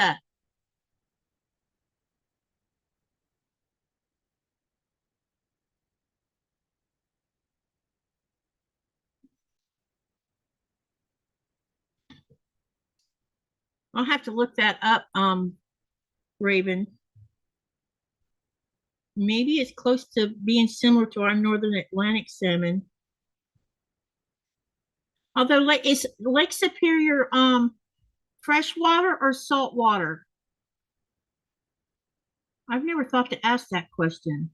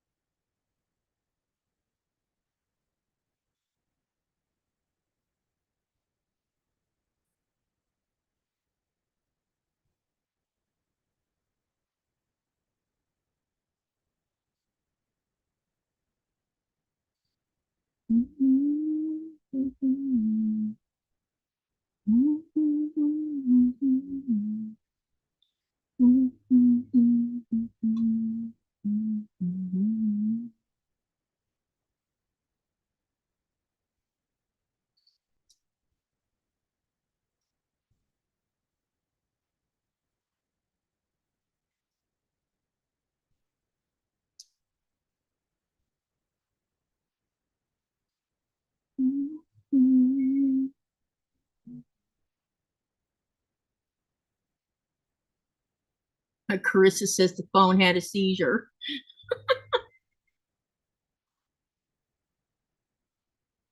Fresh. It's one of the Great Lakes. Yeah, I knew it was the Great Lakes, but I didn't know if all of them were freshwater or not.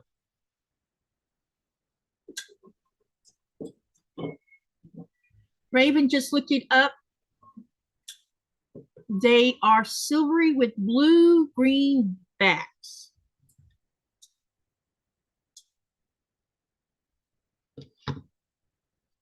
Do they have a limit on how many fish you can catch on Lake Superior, Raven?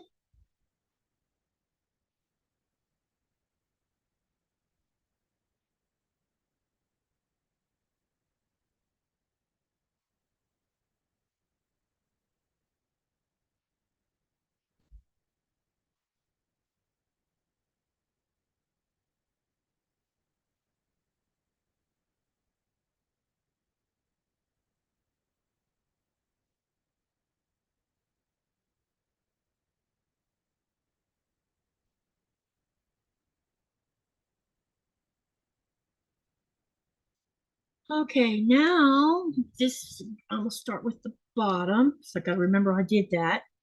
No, these are like this, yeah.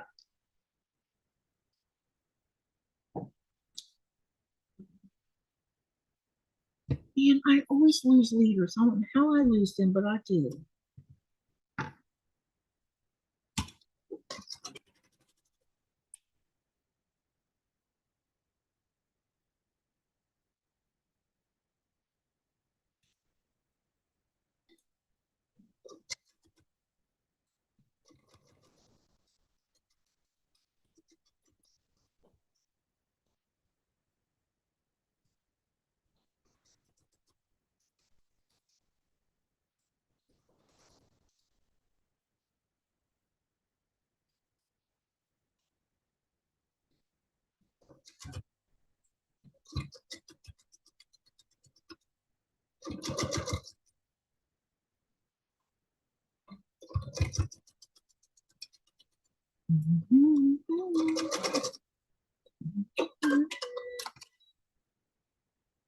Raven says, I'm sure they do. I haven't gone. Ice fishing scares me. Oh, got you.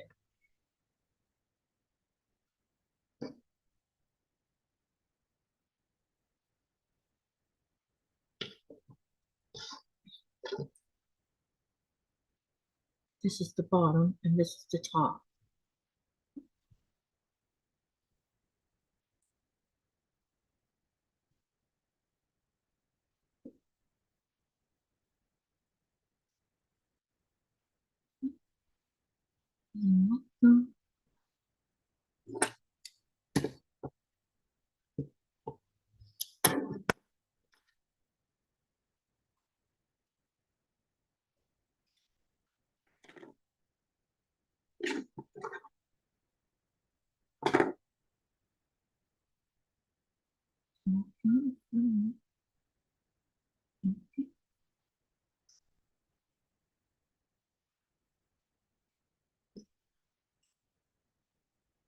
I'm gonna have to look at the book to see which direction these were supposed to be in.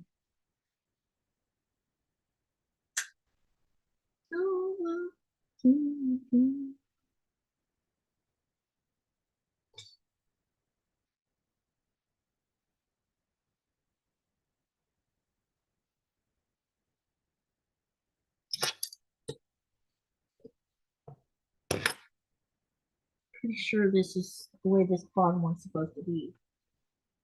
Yep. And this one needs to be this way.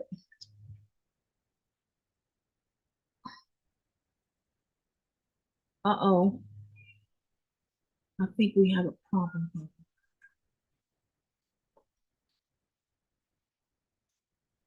No, we don't. I just had it upside down. That was all that was wrong. Which means this one's upside down too. There we go. Now we got the right direction. Okay. All right, so let's go press these.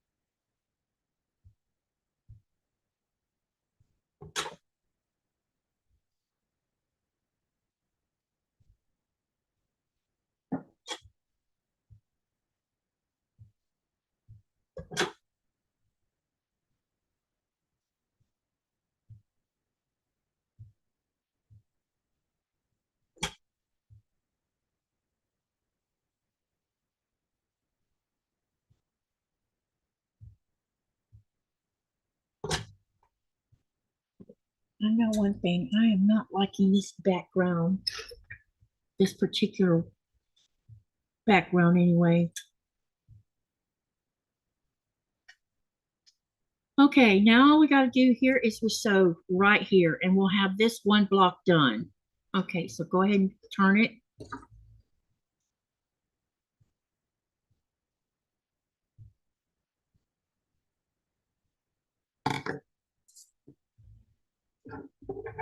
And I need to line all of these seams up. We have 1, 2, 3 seams here we got to line up. Make sure that they're parallel to each other.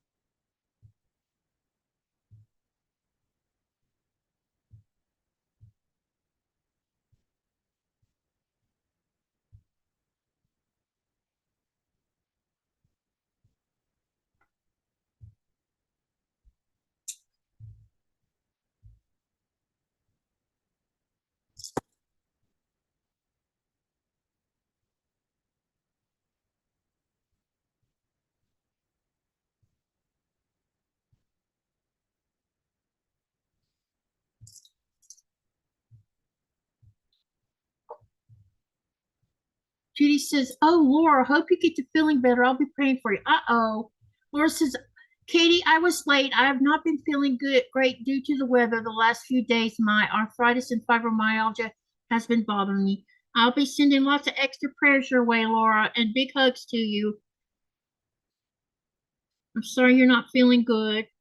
I figured that that might be what's going on, that you might be having issues."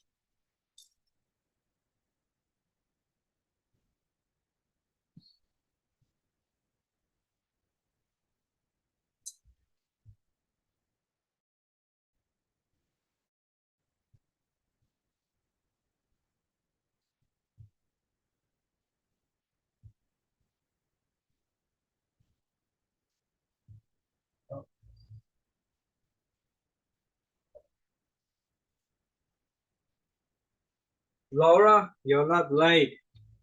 No one's ever late. No one is ever late. You You only just show up whenever you want it to do or not. That's yeah. really up to you. But My channel's like an open door. yeah, open door. But we're here to give you support.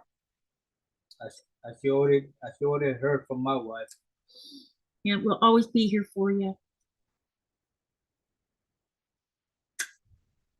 We love you. We want you to be up and moving around and feeling good.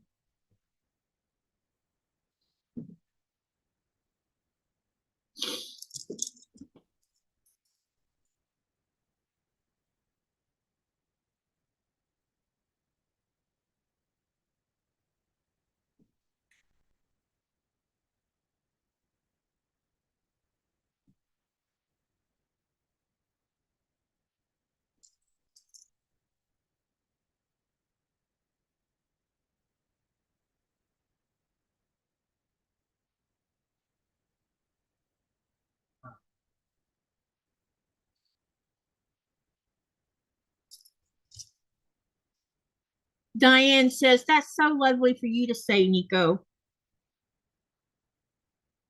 Well, it is true. No one is ever late.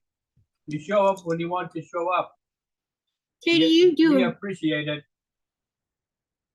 Yeah, we do appreciate it. Definitely. And then Cindy says, "Katie, you do a great job with each small piece for that block." Yeah, these are tiny. This is why it's taking me a while to do them. They're not the usual bigger size we're all usually see me doing. Oh, I have one more pin to stick in right here, looks like.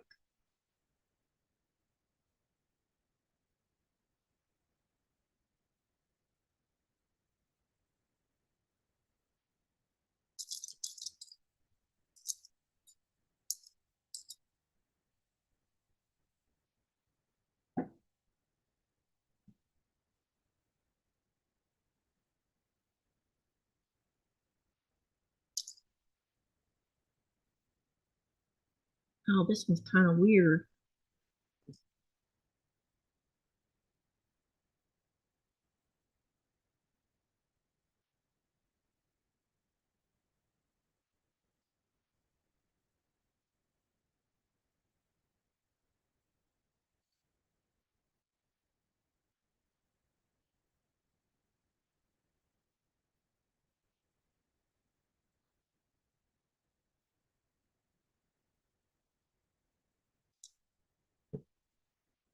Okay, I think I got this pinned.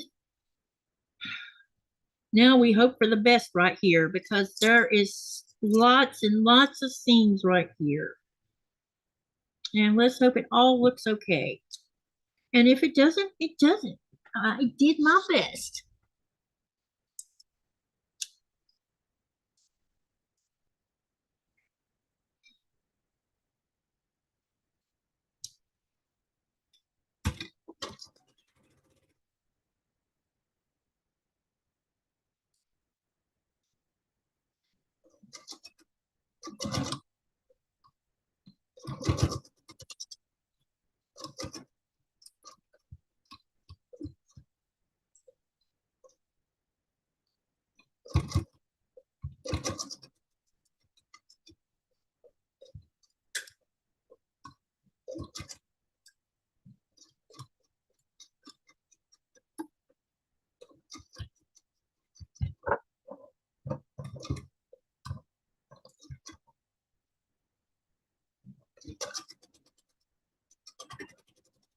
Debs is here too.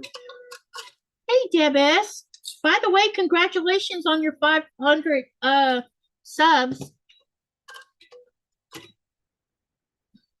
I bet you are very happy. I remember when I hit 500, I was very happy. That's super duper good job. All right, let's go press this.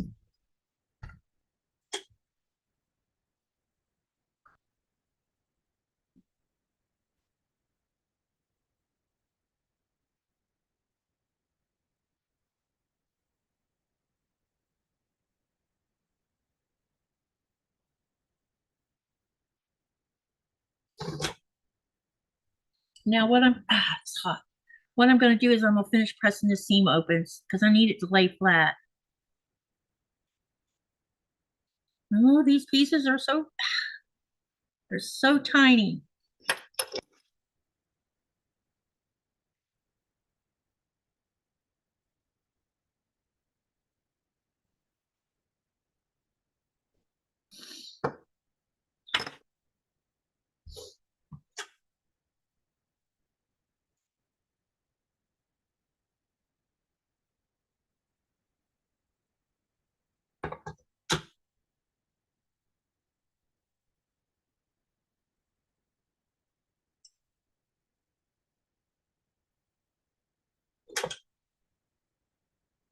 Thank you.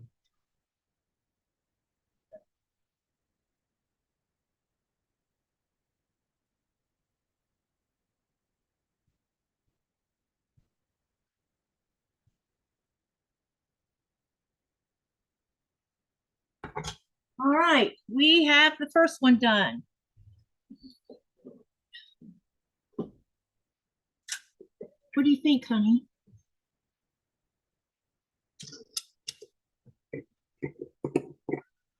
I like this background.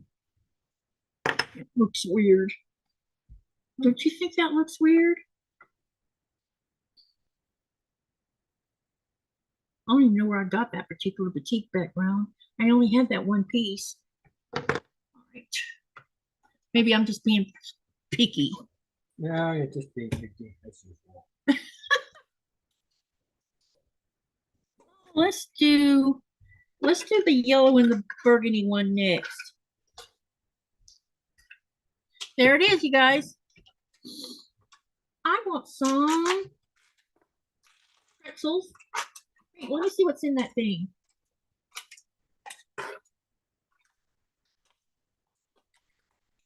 I want some of those. Go for it. I like these.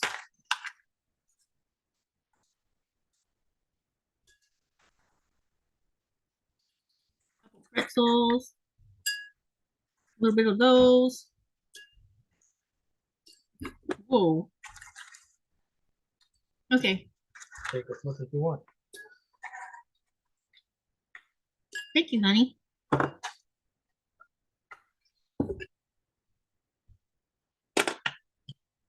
All right. So everybody can see that. Diane says, like you, I'll stick to the pattern. Well, that is one pattern that I probably will make again, says Deb S. Oh, got ya. Now we're talking about something she worked on. Okay, what do y'all think about the block?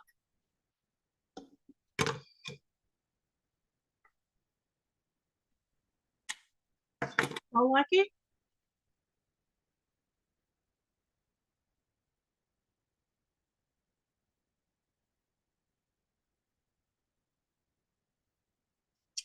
Andrea says she's going to head out. Be blessed, less stress, and pet fabric. Have a good night, Andrea. Okay, maybe we don't like it.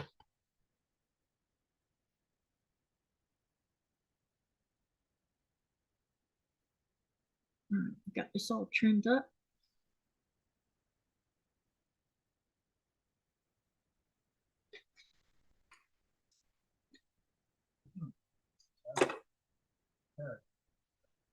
Laura says it looks fantastic. Judy and Dubrovka says it's pretty and beautiful. And Diane says it looks great. Andrea says it looks great.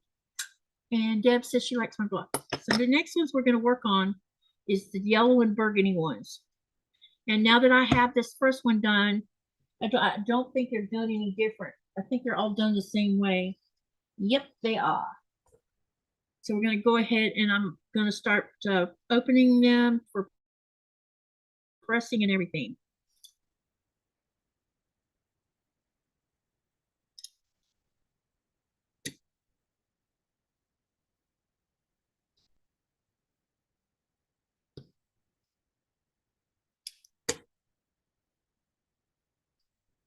Oh, wait. Yeah, this is the one that has a pin in it. So I got two that I might have to rebuild again because I accidentally shaved off too much. And I'm going to press it open, but I'm going to leave a pin in it. So if I determine that it's not going to work, I can quickly make a new one. Put the pin back in it. Set that one aside. Does Nikolai take a helicopter to the ship? No, he takes a helicopter from here to Narsarsuaq, and then he'll get on a -8. You're going to Nuuk first, right? I'm going to port in Nuuk. Oh, okay. So he's going to go from Narsarsuaq to Nuuk, and he'll get on board at the port in Nuuk.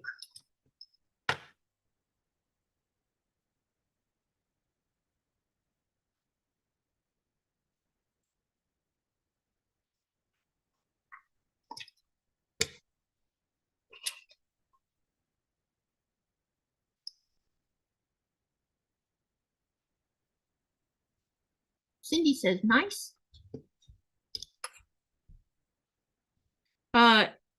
After April or on April the 16th, if all goes well, if nothing between now and then happens, our airport will open on the 16th of April.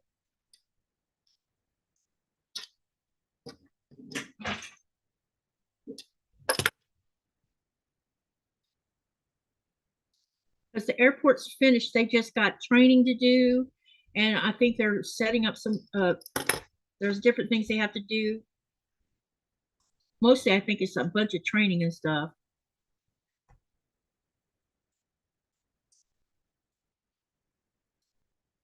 Does he always take the helicopter? No, sometimes he goes by boat. I prefer the helicopter over the boat because the boat takes 2 hours and it takes 20 minutes by helicopter. And I like videoing my flight from the air because you get great footage when you're in a helicopter. Katie, forgive me, my memory is garbage lately. When does Nico leave? Tomorrow. He's got to be at the airport at 2 o'clock, right? Yeah. He'll have to be at the airport at 2 p.m. Heliport, sorry. Soon I'll be saying airport because the airport's it's it's beautiful too, man. Super excited because maybe there will be no more being stuck in places you don't want to be stuck in.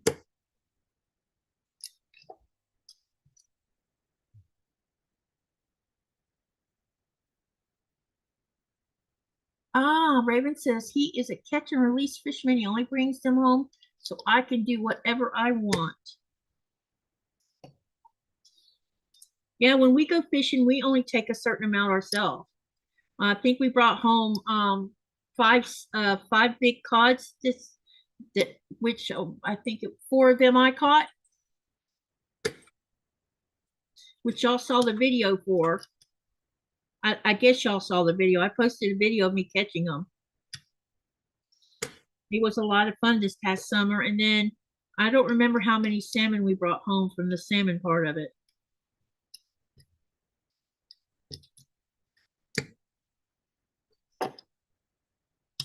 Katie, I was just going through this book you are using and found a CD in the back. Is that how you printed the patterns? Mine came with a CD, but I discovered that there was a PDF file online, and I just downloaded it and been printing from it. And let me find it, and I'll share it with you, the PDF file or the link to the PDF.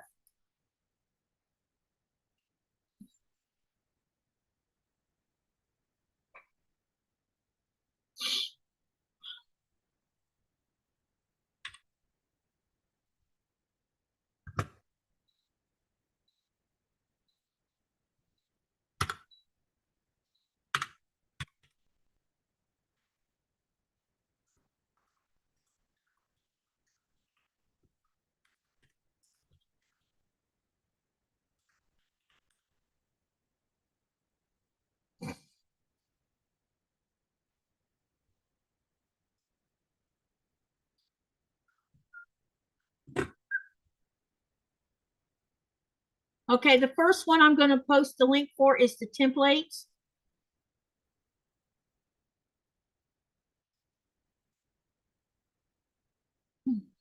Come on, let me have it.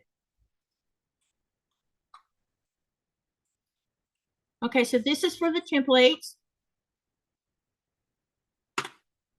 The second one I'm posting will be for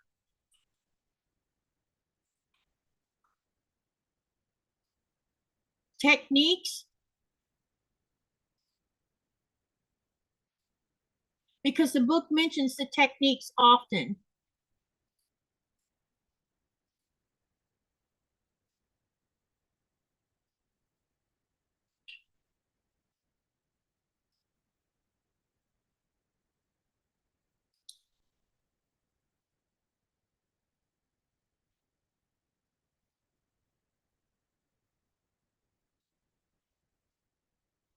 And then the third one that I post is going to be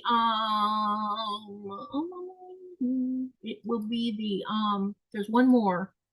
The third one is designs, and the designed one I think has to do with quilting these blocks.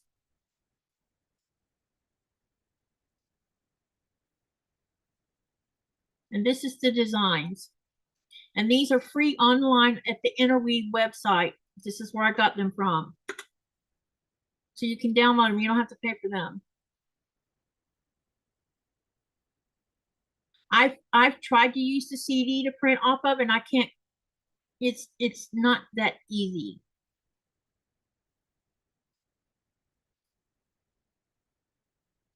All right, there you go. There's all the information. Okay.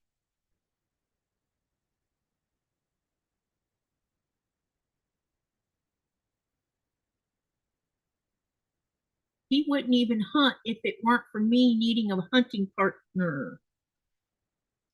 What do y'all hunt? Everybody should learn how to grow food and hunt for food if they need to.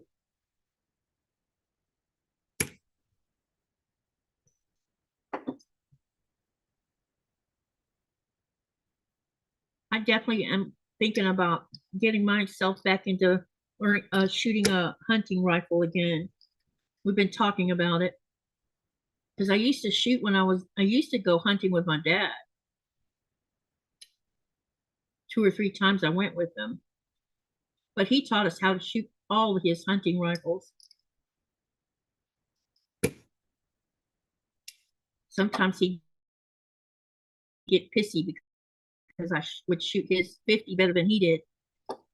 And I actually liked the 22-250 over the 30-06. I didn't like the 30-06 because it would kick, and I didn't like the kick in it.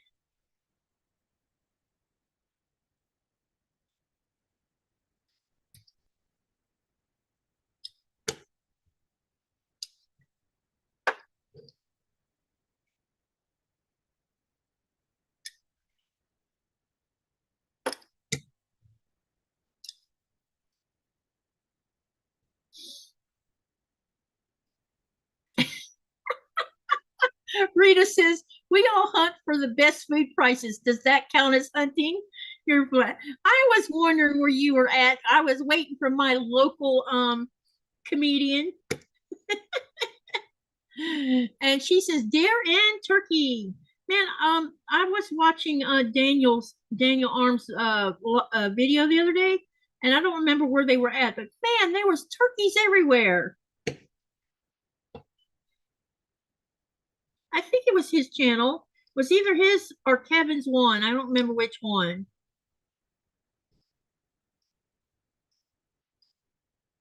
Kevin from Hidden Heights.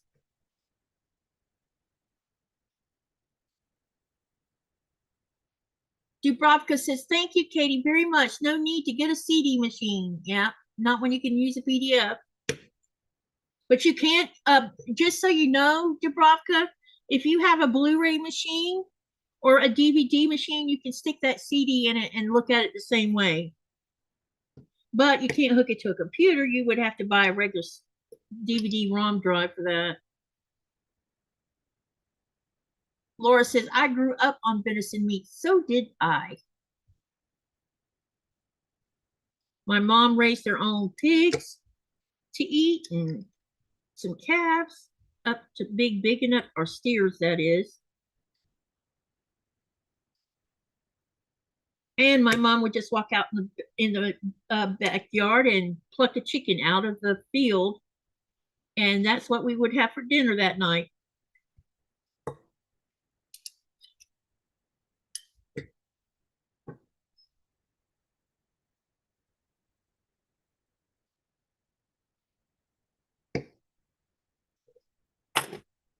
That's why people dispatching animals for food doesn't bother me.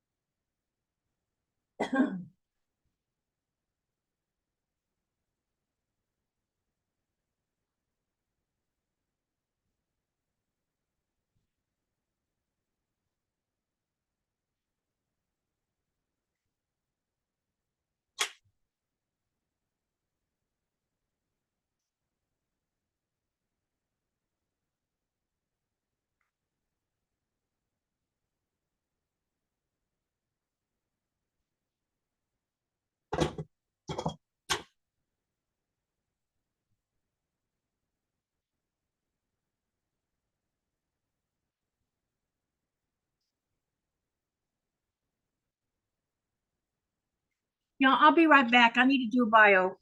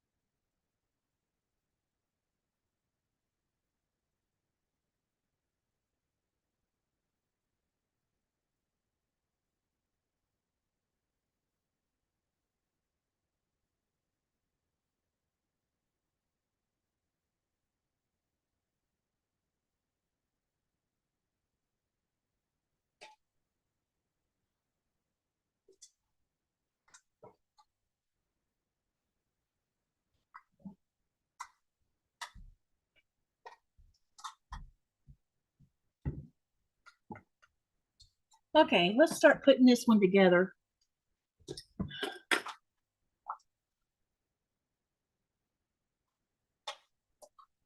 Carissa says a 30-06 broke the bridge of my nose when I went deer hunting, was set up for BF. I have my own rifle now.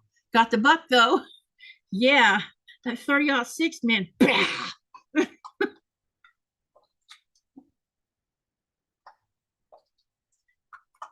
And we can actually get a 22-250 here, which is great.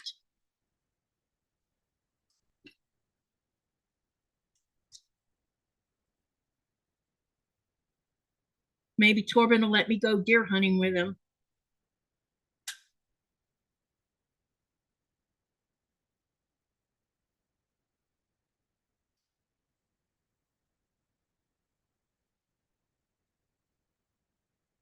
I kill the deer nickel, I can clean it.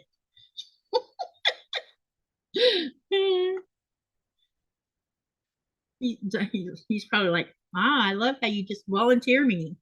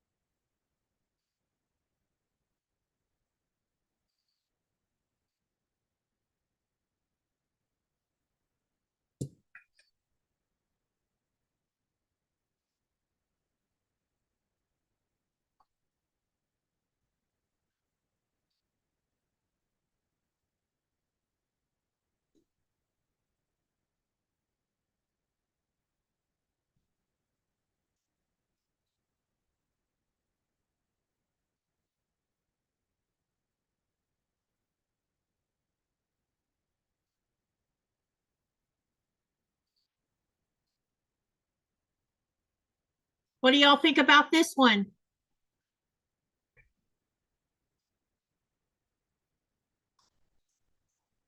Laura says, I personally have never gone hunting, but as long as you're hunting for food and not sport, I'm all for it. Yeah, we sport hunting is not allowed here unless you want to pay thousands of dollars and then get yeah. Rita says my favorite is still an old bow. If I had to go back to hunting again, it would be with a bow and not a gun. What do y'all think about this?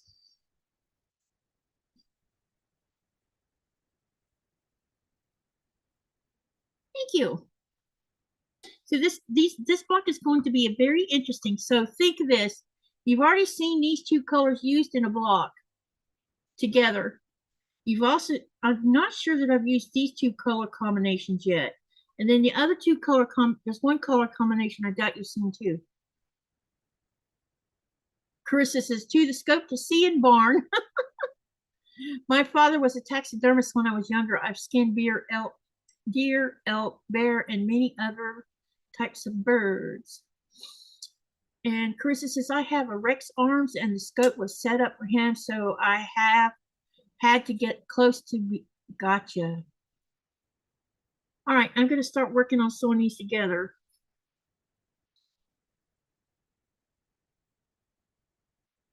I'm going to see if this block's going to cause trouble or not. Yep, it's going to cause trouble. Where's the other one?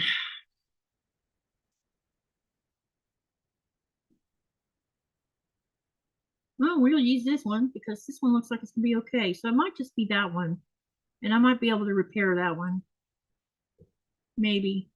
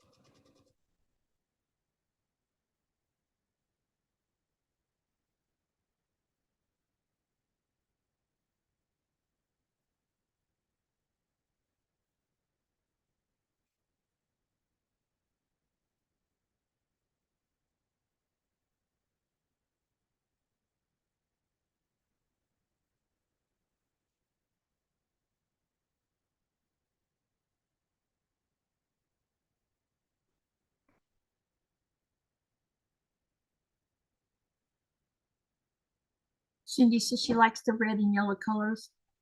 Carissa says has only ever shot HGs up to that point, so it was an experience for sure.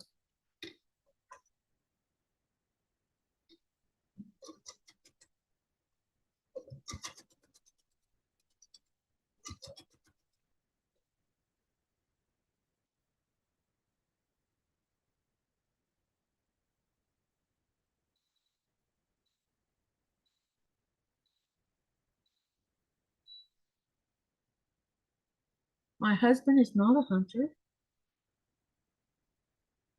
He does carry a G when he hikes and has had to shoot more than one rattlesnake over the years.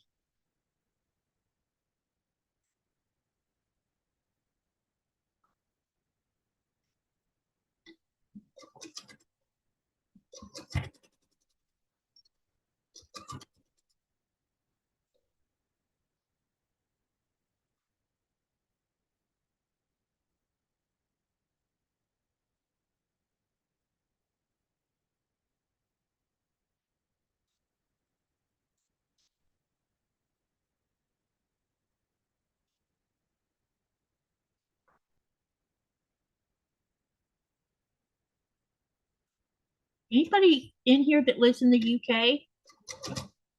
I know Lee was in here earlier and I was going to ask him a question and forgot to ask. I saw that there was a bunch of big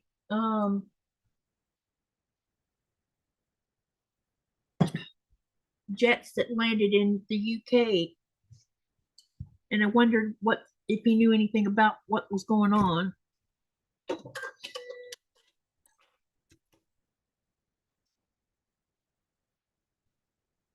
Interesting. I have come across many of the Diamondbacks, but never had an issue as I leave them alone and they leave me alone. Yeah, they usually. I remember my dad coming across, and my mom actually, rattlesnakes they weren't so much worried about. It was moccasins that were a problem because moccasins are aggressive, especially if it's a female with a nest nearby.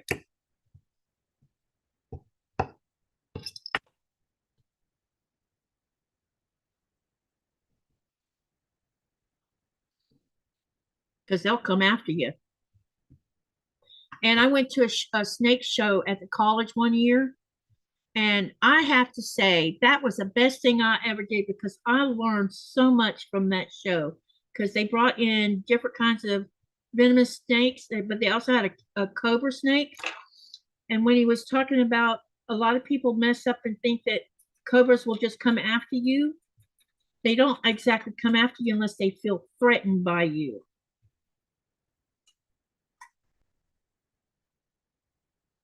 Because he was giving an example of what would make the snake want to strike and what would make him not want to strike. It was really a really interesting show.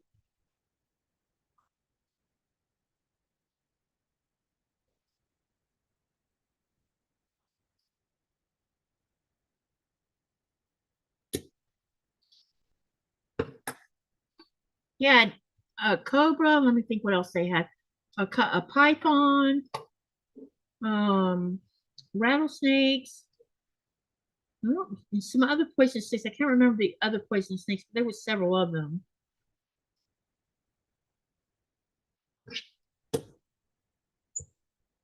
But he spent a lot of time with the cobra showing us how the cobra would react.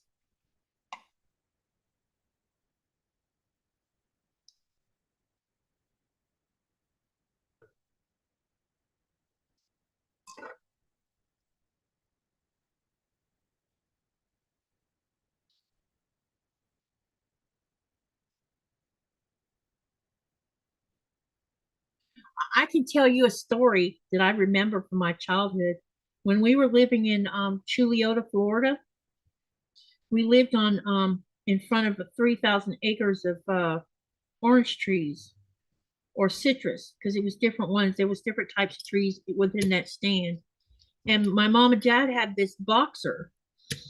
And one day, my dad could hear the boxer raising all kinds of cane, and I sewed this one on wrong. Dadgummit. No, I didn't. Oh, I was about to panic and think I did. It's right. Okay. Anyway, um, he would hear the dog raising all kinds of ruckus, so he'd go back and find where the dog was at. There was a 10-foot long black snake, and black snakes are good snakes because they eat rats and mice and other poisonous snakes. That dog was chasing that black snake, and that black snake was teasing that dog. It was the funniest thing. And they would do it all the time on a regular basis.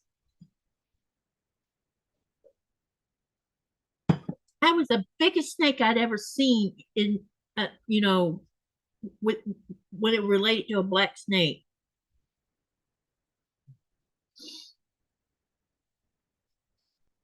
I guess everybody had left it alone, and it hadn't, been dispatched just because it was a snake.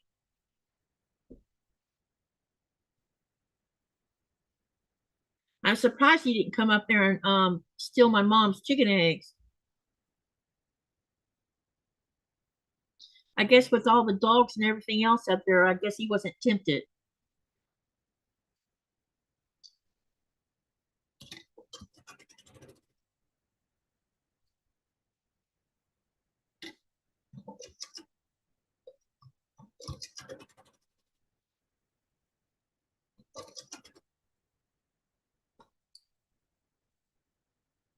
Yeah, coral snakes are pretty.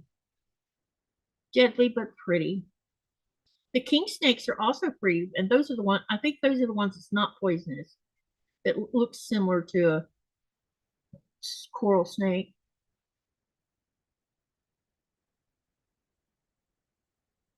Hot snakes only attack if they're threatened.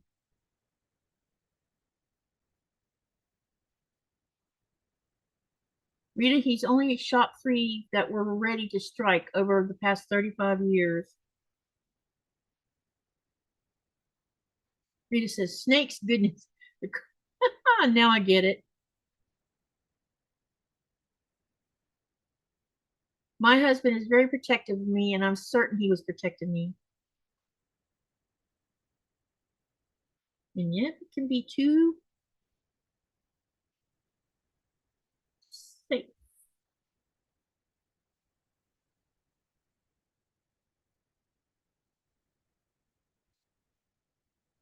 I know I saw my fair share of moccasins, man.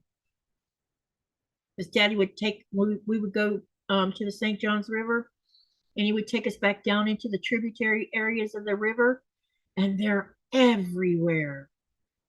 But that's where all the best fishing was at.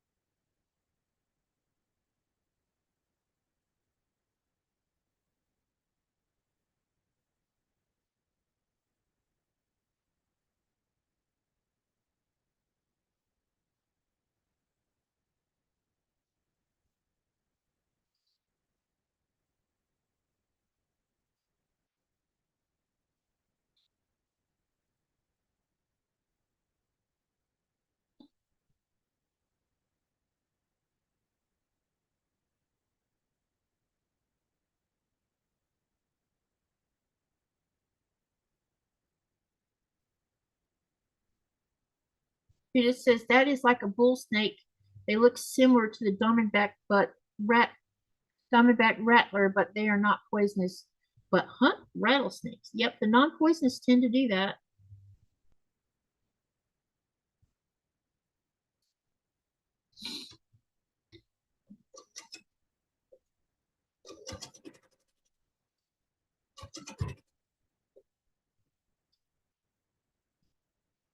Mm.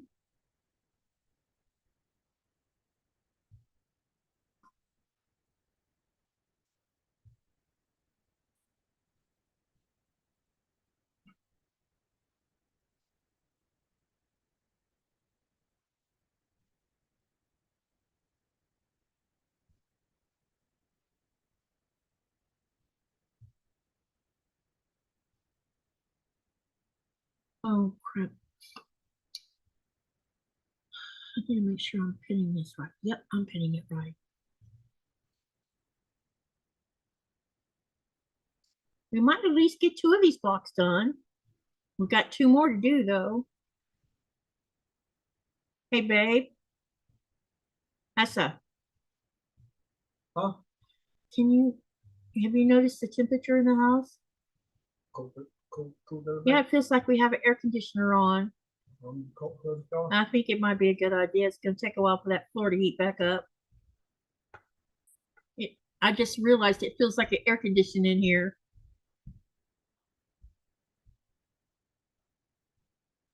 You know what's so cool is when we get fresh snow and we leave the door open for a little while, the air is so fresh and clean. And it just comes in and it just lightens the whole atmosphere, doesn't it, babe? Mm-hmm.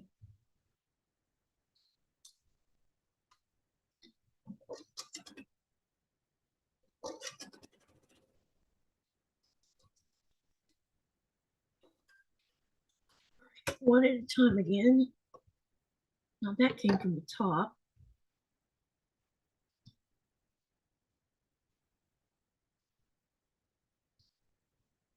Dad, wait. Gotta run, supper time. Take care, everyone. Yep, have a good night, Debis.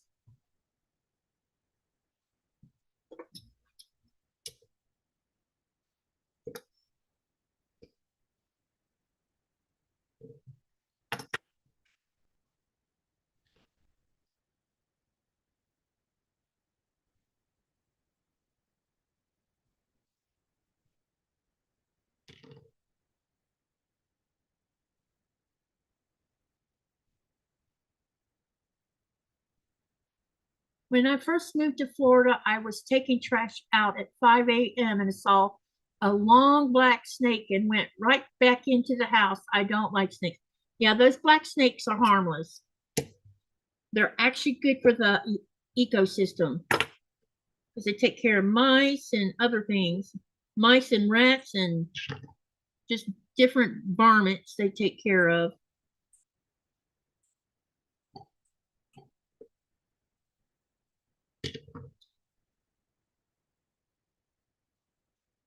Gee, we have no reptiles here in Greenland.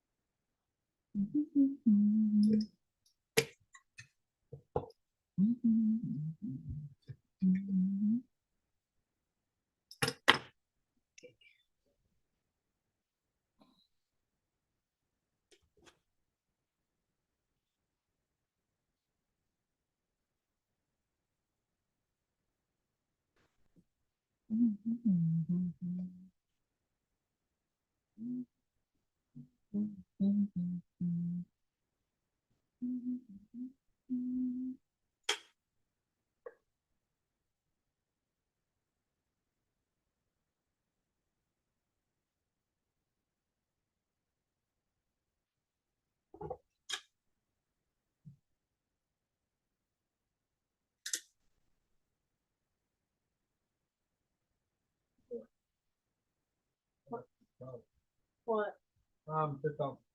I'm playing game. Oh.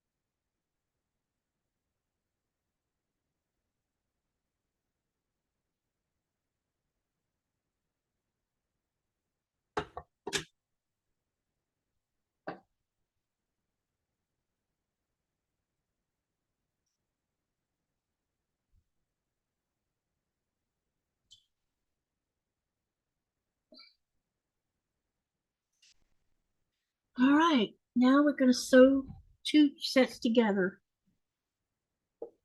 Would you like, oh, wait. Cindy, I used to be like that, and then I decided was going to get over that fear. Got a ball python and was the most amazing. Then got the job up north in Arizona where critters were all over the place.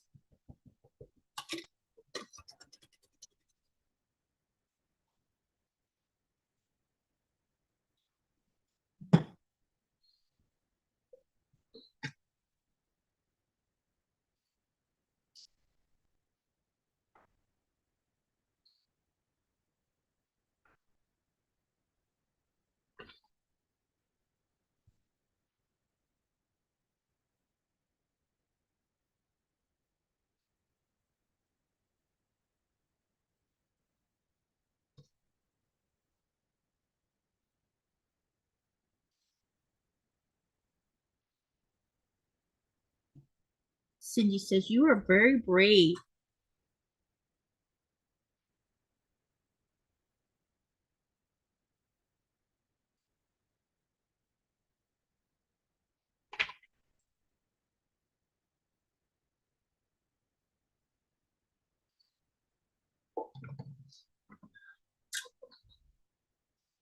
All right, we're going to sew this together,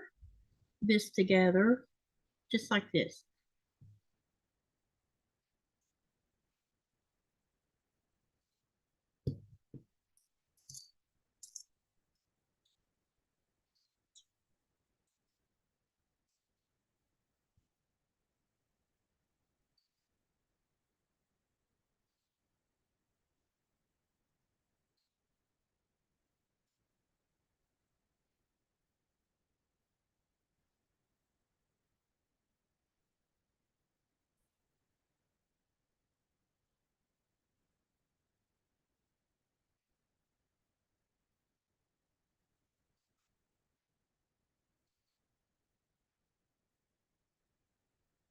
Time is now.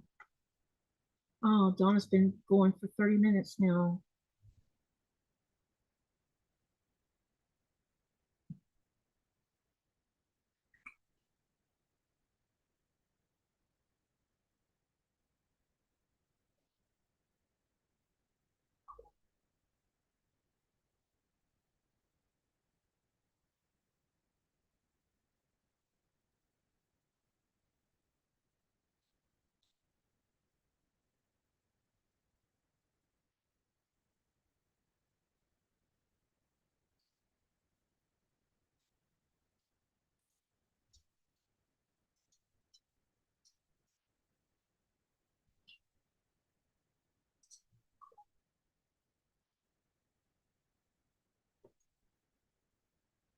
I was going to ask Nicola now. Mhm.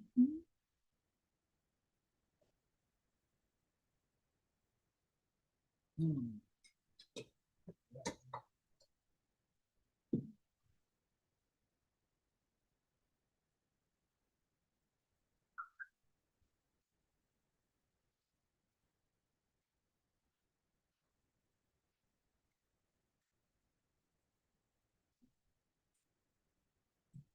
Mhm.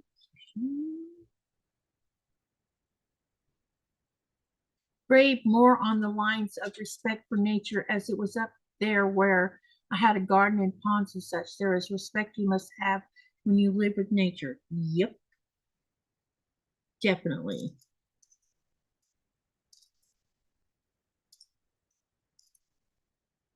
They had to up the polar bear quota this year.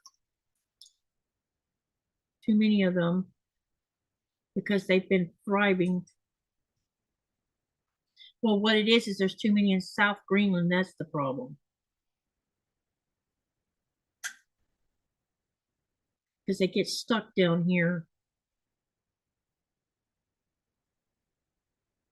They upped it by 3 bears.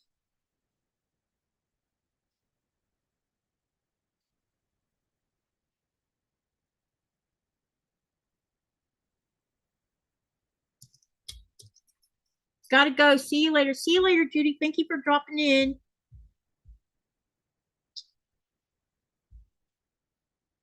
All right, we got this one done.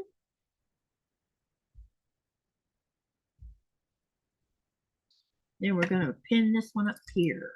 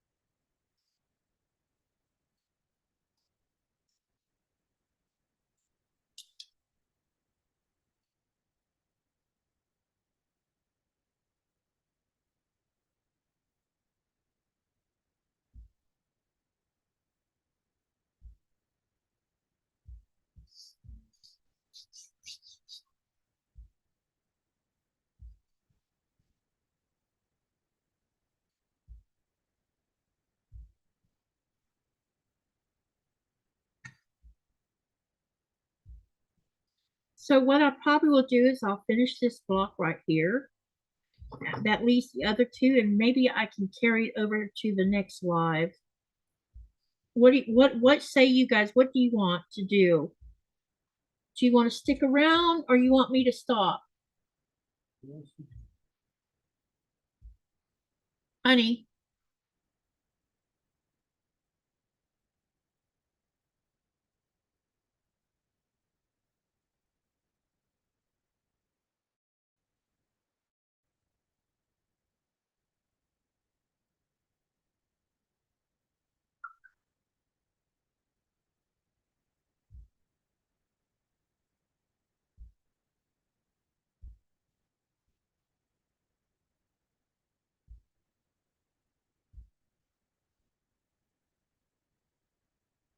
All right, we've got this one almost pinned. Go visit your hubby. Now we don't have much time left. Just tonight and tomorrow. First half of the day tomorrow. And I'm yeah.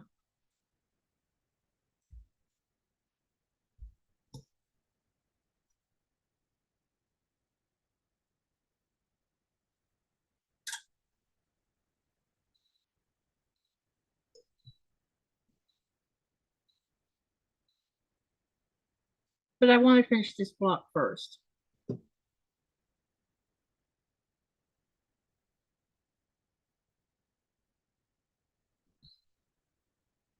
Hang with Nico, and then tomorrow stay late with us, says Jaja. Yeah, I could do that for tomorrow since it's Saturday. Yeah, that is actually a good question. Good idea. I got a live tomorrow with Becca, and then after Becca leaves, we can continue on with because she's only going to stay 2 hours. So after she goes, we can work on this block. Is everybody okay with that? Rita says, "Oh wow, I just got a weather alert. High winds. Wow." And Gulf Coast up through the Northeast and winter weather in the Rockies, Midwestern Great Lakes, and yeah, okay, that would work. All right, don't forget now, tomorrow we're going to be doing the sew along with Becca in my channel. That starts at 4:30 Eastern Standard Time, like always. And then when we're done, when she's done and leaves, we will pick this back up.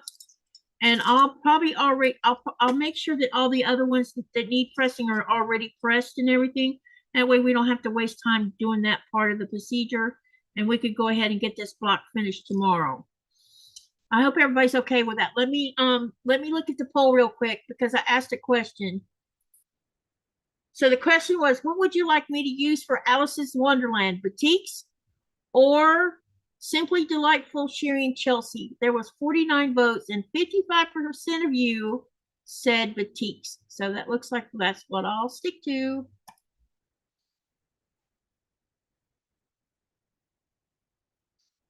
Jaja says, I'll get a Pepsi for tomorrow. She said, Krista says, I'm cleaning and listening.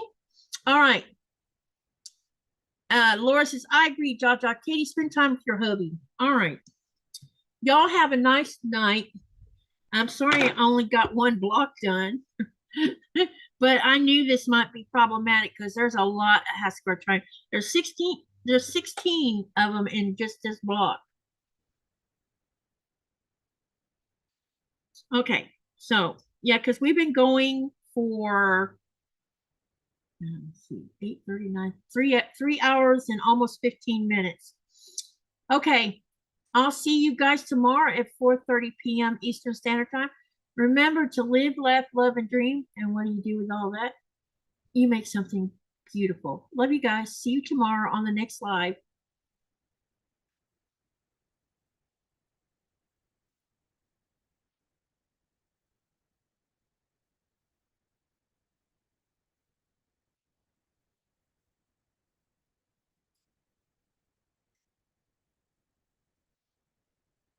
By the time I saw the message, it was 4 to me. Okay.